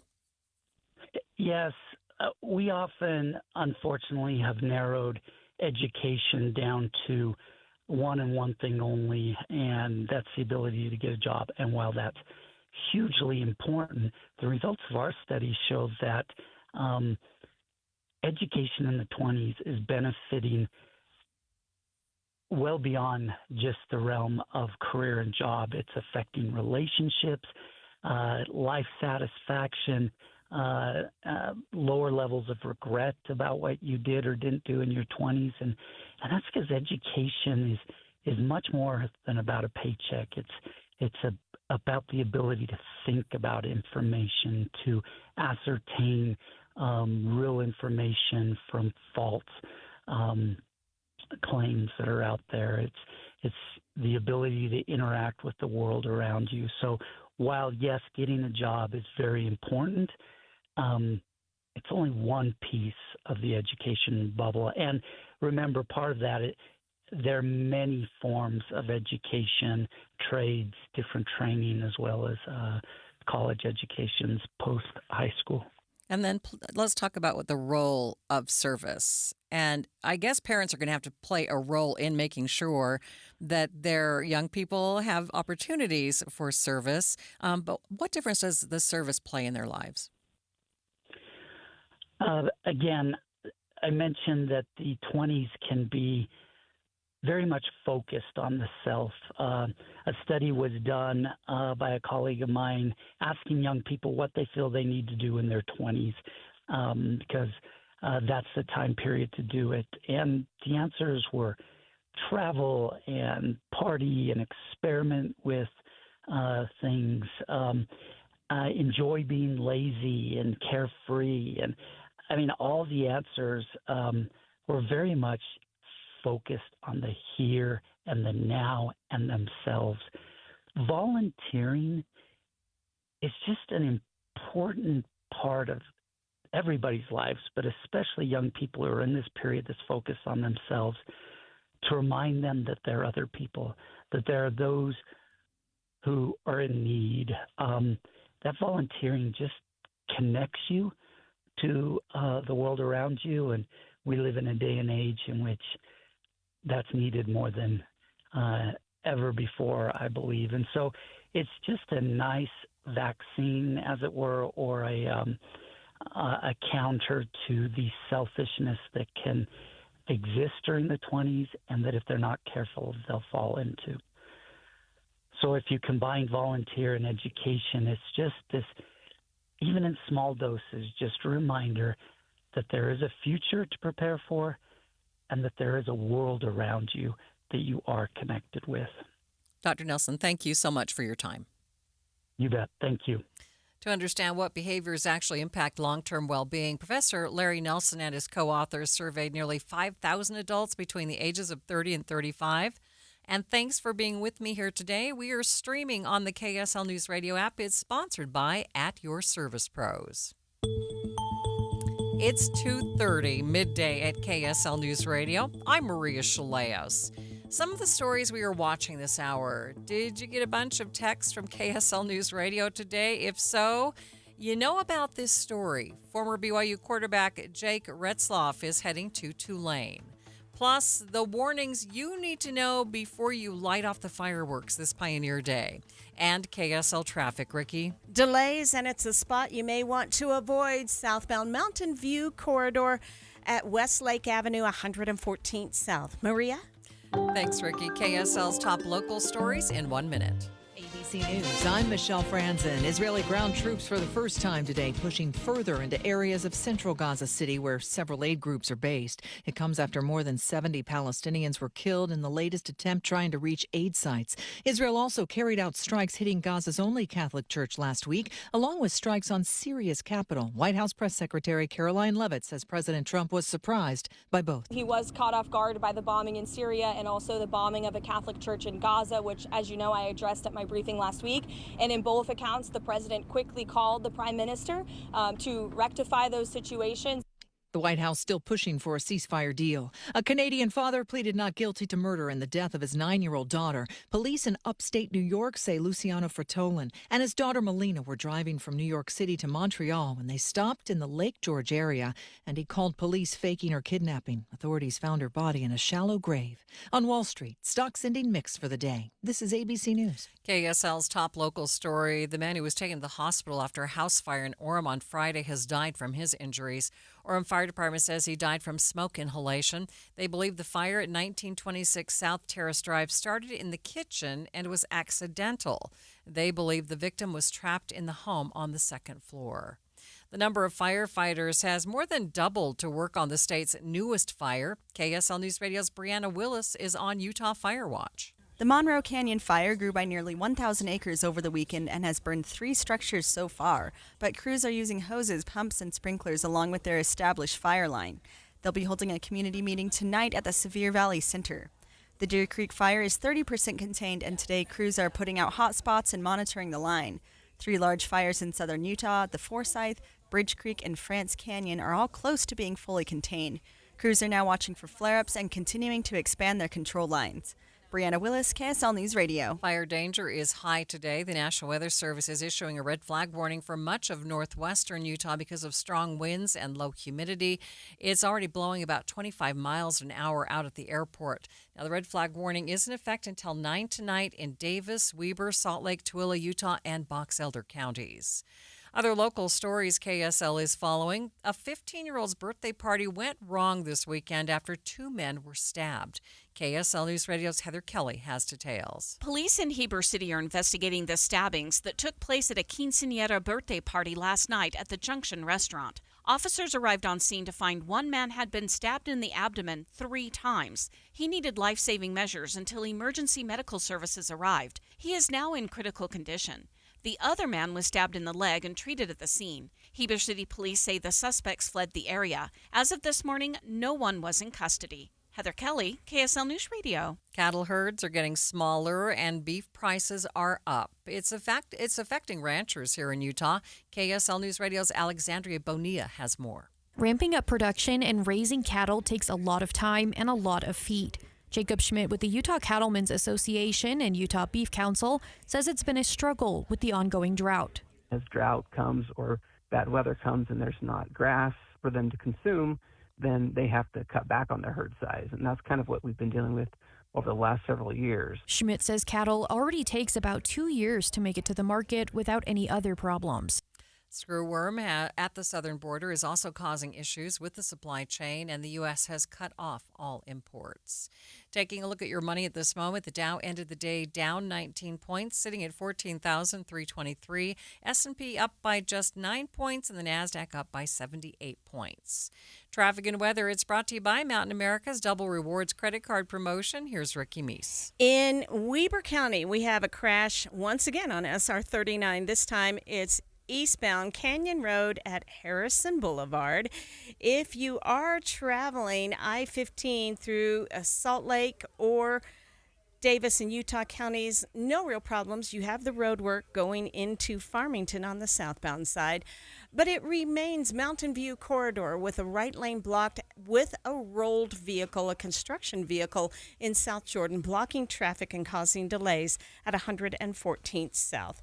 Ricky Meese in the KSL Traffic Center. Weather staying pretty much the same for the next 7 days. We do have a very slight chance of showers today, but then no other chance for the rest of the week. A high today of 95. Right now, 93 degrees at the KSL Common Spirit Health Studios. Mornings are for recharging. And they're for starting your day right. We volunteer to join you in the car. Get news and weather at 102.7 FM during the most important part of your day. Andy and Amanda, each morning between 5 and 9 on KSL News Radio. Amanda, we love talking about Utah Community Credit Union, and guess what? They just got news that they saved their members over $40 million in 2024 alone. And UCCU is opening 4 new branches in the Salt Lake Valley, which means 6 total now. They have 21st South, Taylorsville, Sandy, Magna, Harriman, and Draper. And to celebrate these new branches, UCCU is offering some amazing opportunities. First of all, $150 cash just for setting up direct deposit with your UCCU account. They'll give you up to $250 cash just for transferring any existing loan from another institution to UCCU. And here's the big one, giving away 10 amazing prizes, including, get this, a brand new 2025 Jeep Wrangler. So you heard that right. A brand new Jeep Wrangler could be yours, and no purchase is necessary. You don't even have to be a member. Anyone can enter. It's easy. All you've got to do is go to uccu.com and sign up. So enter to win today. UCCU.com. Find out more about Utah Community Credit Union, where you're going to love where you bank. Are you looking for a fun way to get your kids outside and off their screens this spring? Try flower gardening. Starting a beautiful flower bed or easy container garden is a great hands-on way to spend quality time together while teaching kids about nature. They'll love digging in the dirt, picking out their favorite flowers, and watching them bloom, all while making real, lasting memories. Plus, gardening is a great way to slow down, soak up some sunshine, and enjoy the fresh air as a family. This is Brian with Olson's Greenhouse, and my family has been growing flowers with care for 4 generations right here in Utah. Whether you have a big sunny backyard or just a small shady front porch, our colorful, locally grown flowers make it easy to add beauty to your home. So this spring, start with a new family tradition, one that grows with your kids. Get inspiration at Olson's Greenhouse Gardens on Instagram or find a garden center near you at ogg.com. That's ogg.com for Olson's Greenhouse Gardens. You are listening to Midday with Maria Shilaos. Former BYU quarterback Jake Retzloff is announcing the next step in his college career. It comes after a now-dropped civil lawsuit that would have meant being suspended for most of BYU's season. KSL's BYU insider Mitch Harper joined me earlier on Midday. Tell us about this big announcement. So Jake Retzloff is going to be continuing his football career at Tulane University down in New Orleans. So Jake Retzloff is he found a landing spot. And, it's difficult timing because training camps are going to begin next week for programs across the country, including BYU. And Jake Retzloff joins a football team that has a pressing need for a quarterback. He might have a chance to actually be the top QB for this Tulane Green Wave team that's coming off a 9-5 season a year ago. So what does this mean for his future? I mean, this is a good move, right? It is. And, ideally, he would have probably loved to still been the BYU quarterback. But I think when you consider where this was 2 months ago today, on May 21st, when that civil lawsuit was filed alleging sexual assault against Jake Retzloff and everything that's transpired since, this was probably the best outcome because Jake was going to be facing an honor code violation at BYU for, publicly admitting in his response to those allegations in that civil lawsuit that he, had what he deemed consensual relations. So that violates BYU's honor code. So he was going to face a suspension at BYU. Now he's got the chance to go play football at Tulane from week 1 and have this whole year to go compete and have a chance to play. And for BYU, they don't have to continue to answer questions about Jake Retzloff's status, what's his status with the team. It's kind of I think everyone would have loved to seen him have one more year at BYU, but when this lawsuit came about, and now it's since been dismissed with prejudice, I think this probably was the best outcome for everyone involved. Mitch, what's next for BYU? BYU's now going to, get ready for fall camp opening up on July 30th, so 9 days from now. They'll open up, or they'll have players report to camp 8 days from now on July 29th, and it's going to be 3 quarterbacks battling for the job. You've got returning players in McKay Hillstead, who's a former Utah State transfer, Trayson Bourget, a former Western Michigan transfer, and then a true freshman who just joined the program late May, Bear Bachmeier, former Stanford Cardinal transfer. He's a true freshman. Those are going to be the 3 guys that are expected to compete to be that quarterback 1 for BYU when camp begins next week. All right, Mitch, thanks for your time today. And that is KSL's BYU insider, Mitch Harper, talking about BYU quarterback Jake Retzloff, who has just announced that his next step in his college career and what's next for BYU. In other sports news, professional women basketball players used this weekend's WNBA All-Star Game to make a play for money. Players took the opportunity to highlight the inequity that exists in pay for men and women. On the Start Here podcast, Brad Milkey outlines how the WNBA's fortunes rise and fall with Caitlin Clark. This weekend was the WNBA All-Star Game. Another for Sabrina Ionescu, the 2-time. They tried some new stuff this year. You could score a 4-pointer if you attempted a long shot from these logos around the court, and the teams were each selected and coached by some of the biggest stars in the game. Team Collier with a dominant win over Team Clark. Nafisa Collier was one of them, who got some 4-point buckets herself. The other player coach was just in her 2nd year in the league, but has already become one of the most famous women in sports, Caitlin Clark. You don't realize how fast 4-point shots are going to add up. We didn't take that into account, and they've made quite a few. The biggest surprise of the night, though, happened before the game itself, when every player, including Clark, wore warm-up shirts with a big, bold message. They said, "Pay us what you owe us." How's this for messaging? The players would like to be paid. This was a very public play in the middle of private negotiations. You see, right now, the WNBA Players Union is trying to hammer out a new collective bargaining agreement with the league. And right now, players say they're getting hosed. Caitlin Clark was making $76,000 last year in salary. Now she's making millions with her endorsements with Nike and State Farm and all of that, but literally $76,000. And of course, the top pick in the NBA draft is making $57 million. This is Christine Brennan, a sports reporter for USA Today, an ABC News contributor, and the author of a new book about Caitlin Clark called On Her Game. We should be paid more, and hopefully that's the case moving forward as the league continues to grow. I think that's something that's probably the most important thing that we're in the room advocating about. Brennan says Clark gives WNBA players a type of leverage they've never really had before. She's not just a star, she's revolutionary. She's a basketball player, but she's also an entertainer in many ways, like Tiger Woods. And where people who don't care about the sport come running to it to watch her the way they watched him. And that's when you transcend a sport and become part of the culture. Before Caitlin Clark came along, the WNBA wouldn't even spring for private jets for their 6 and 7 foot players, and now they do.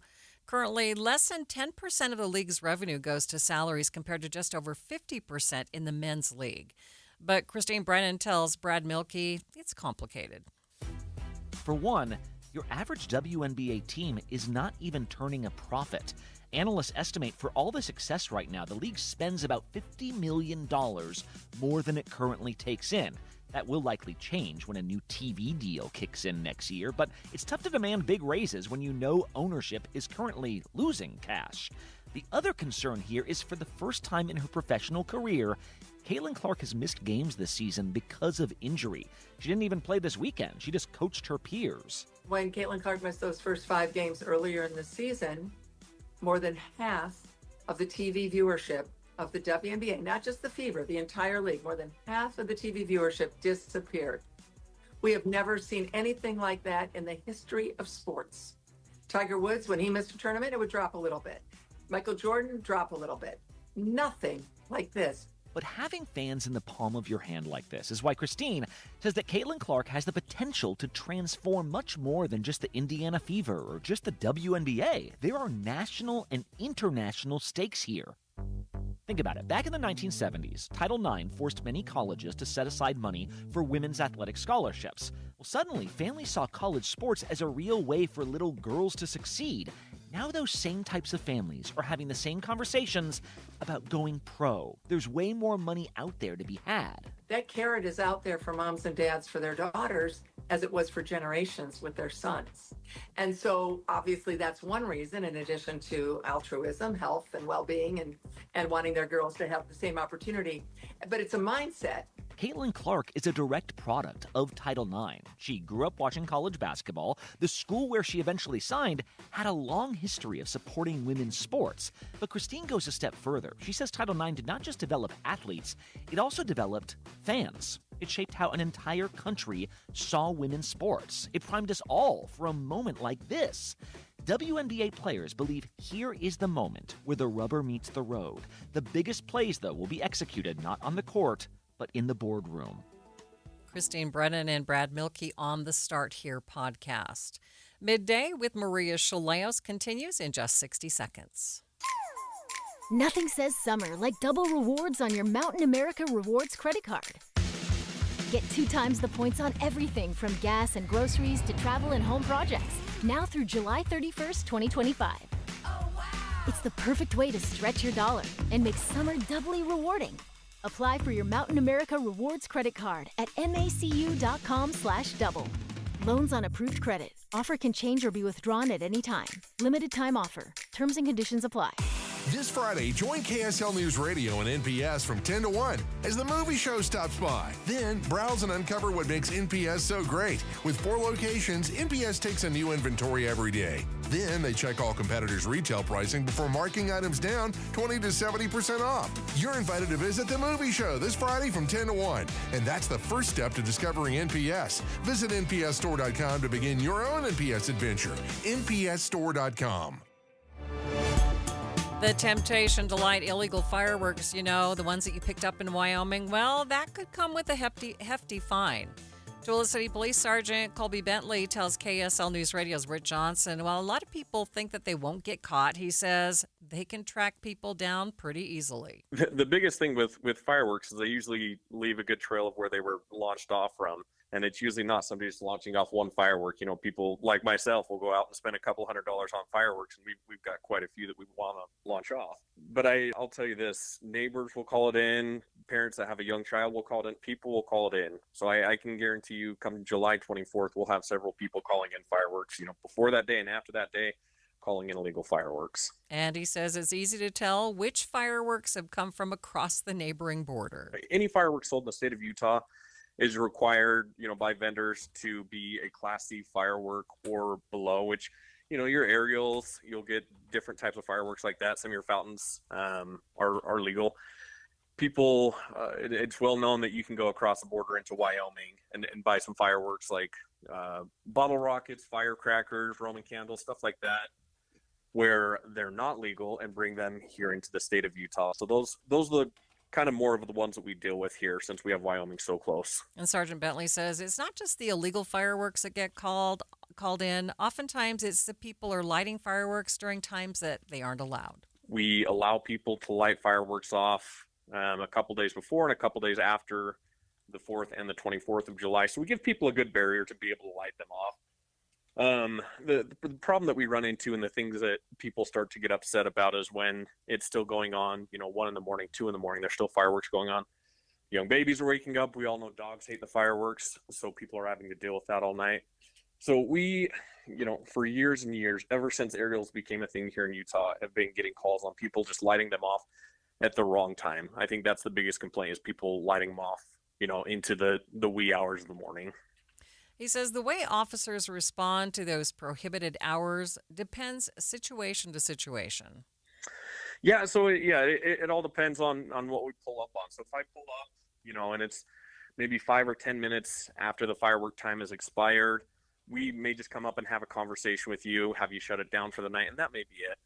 When you have people that are lighting off these, you know, big fireworks that are booming into the sky, and it's an hour or two, you know, after time is up, and they're running into their house afterwards, we have, you know, a county plat map, a city plat map that shows where everybody lives. We know the property owner, so just because you ran into the house for the end of the night, it doesn't mean that we're not going to follow up with you the next morning.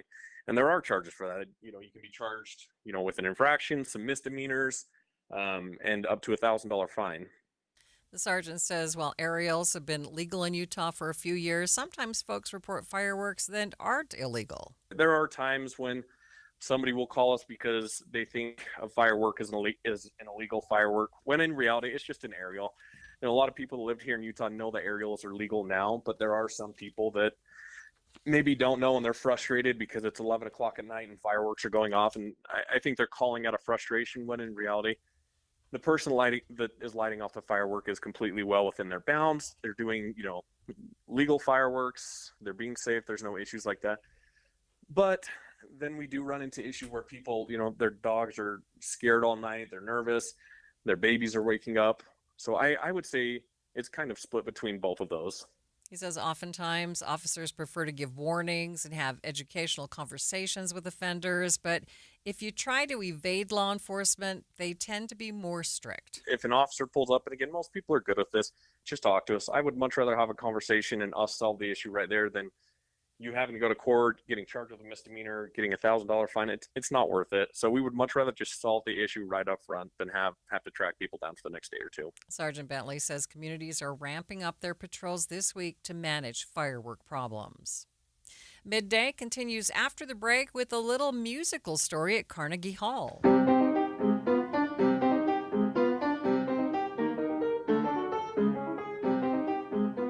But first, let's check KSL traffic. It's brought to you by Mountain America's Double Rewards credit card promotion. Ricky?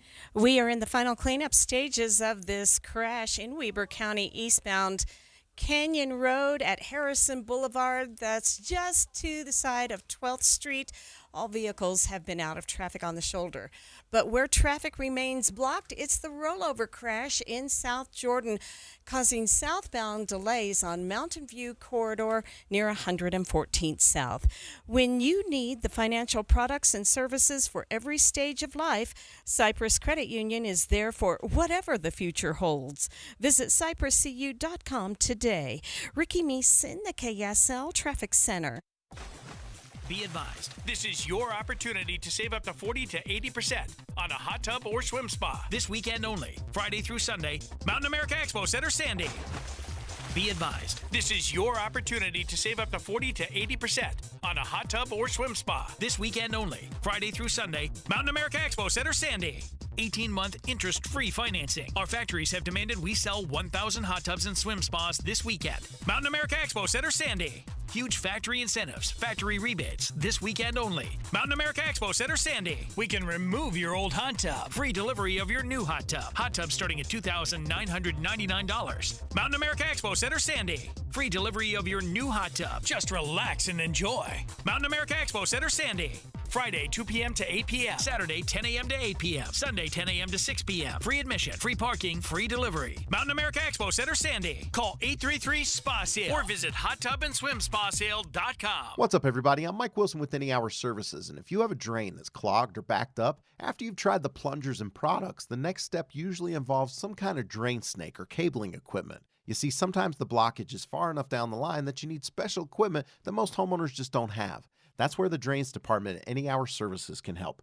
A drain snake can clear most blockages and get the water flowing again, and clearing blocked drains is what our Drains Department does day in and day out. So if you're a homeowner with a drain line that's clogged or backed up and you'd like one of our drain technicians to come and snake the line for you, it's only $29. Yep, you heard that right. Any Hour Services will snake any drain line with normal access for only $29. Sinks, showers, tubs, toilets, floor drains, laundry drains, even that sewer main line that connects to the city. We'll snake any line for just $29.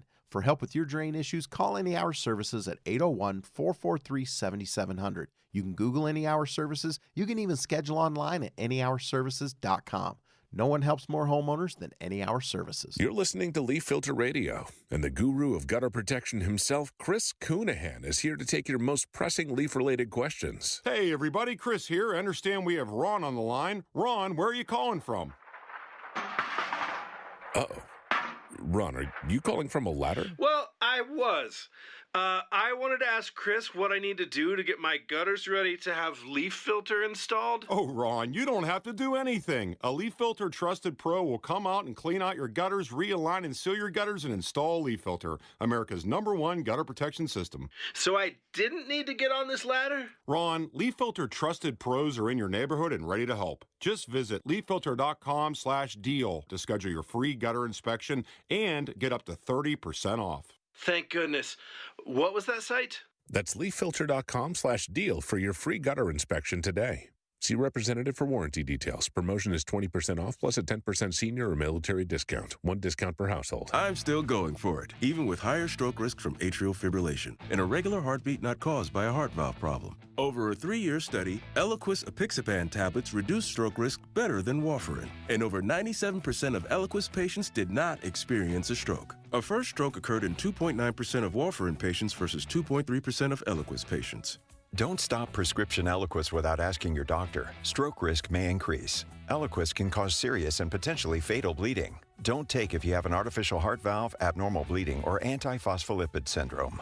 While taking, you may bruise more easily or bleed longer. A spinal injection increases blood clot risk, which may cause paralysis. Get medical help right away for unexpected bleeding or bruising, or back pain, tingling, numbness, muscle weakness, or incontinence. Aspirin products, NSAIDs, SSRIs, SNRIs, and blood thinners increase bleeding risk. Tell your doctor about planned medical or dental procedures. Learn more at Eliquis.com or call 1-855-ELIQUIS. My name is Tom. My name is Cindy. We give to and volunteer with United Way at our community free health clinic. We know our time and money are going to the right places. We don't just wear the shirt. We live it. Give, advocate, volunteer, Live United. Go to liveunited.org. Brought to you by United Way and the Ad Council. This is Midday with Maria Shilaos, streaming on the KSL News Radio app, sponsored by At Your Service Pros. Will foldable phones ever go mainstream? Will we ever go back to the flip phones? ABC's Mike Dubusky has more in today's tech trends. One of the biggest hardware launches of the summer so far came from Samsung, which unveiled 3 new foldable smartphones earlier this month. What Samsung has been doing, and everyone else, Google and everybody else making foldable phones, is they've just been taking the same ideas you have for a regular phone and making it bigger or more expansive. Android Authority C. Scott Brown says that's part of the reason why foldables account for less than 2% of the global smartphone market. There's no feature of a foldable phone that I literally cannot replicate with a regular phone. When that killer feature comes along and the price comes down, then we'll be able to come into it. This could all change, he says, if Apple gets in on the action. That's what Apple excels at. It doesn't excel at bringing the price down, but it does excel at figuring out that killer feature that no one else has thought of before. So when Apple does that, and then Samsung steals it and puts it on a phone that costs half as much, that's when it'll take off. With Tech Trends, I'm Mike Dubusky, ABC News. Finally on Midday, a special performance at Carnegie Hall this past weekend, but it's a little out of the ordinary. Take a listen to this piece and see if you can pick out what's different about it.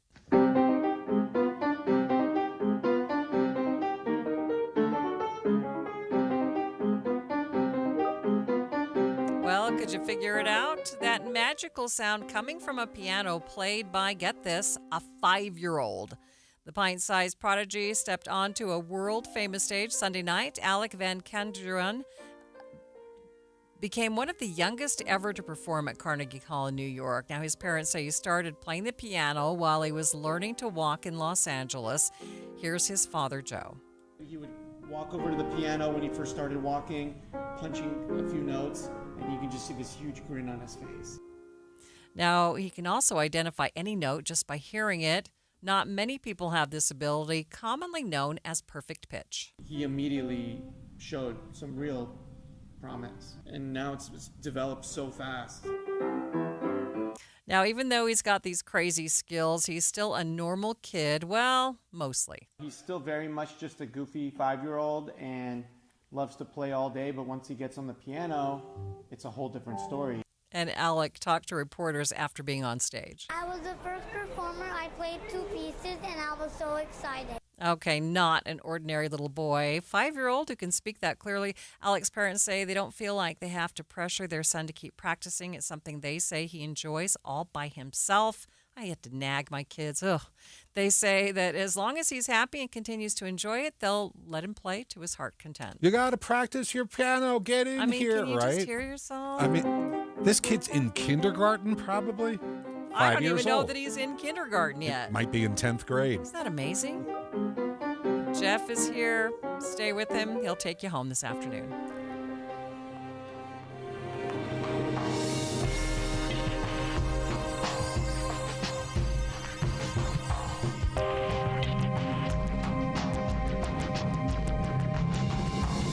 KSL FM Midvale. KSL Salt Lake City. From the KSL Common Spirit Health Studios, this is KSL News Radio. Utah's news, traffic, and weather station. Good afternoon. It's 3 o'clock at KSL News Radio. I'm Jeff Kaplan.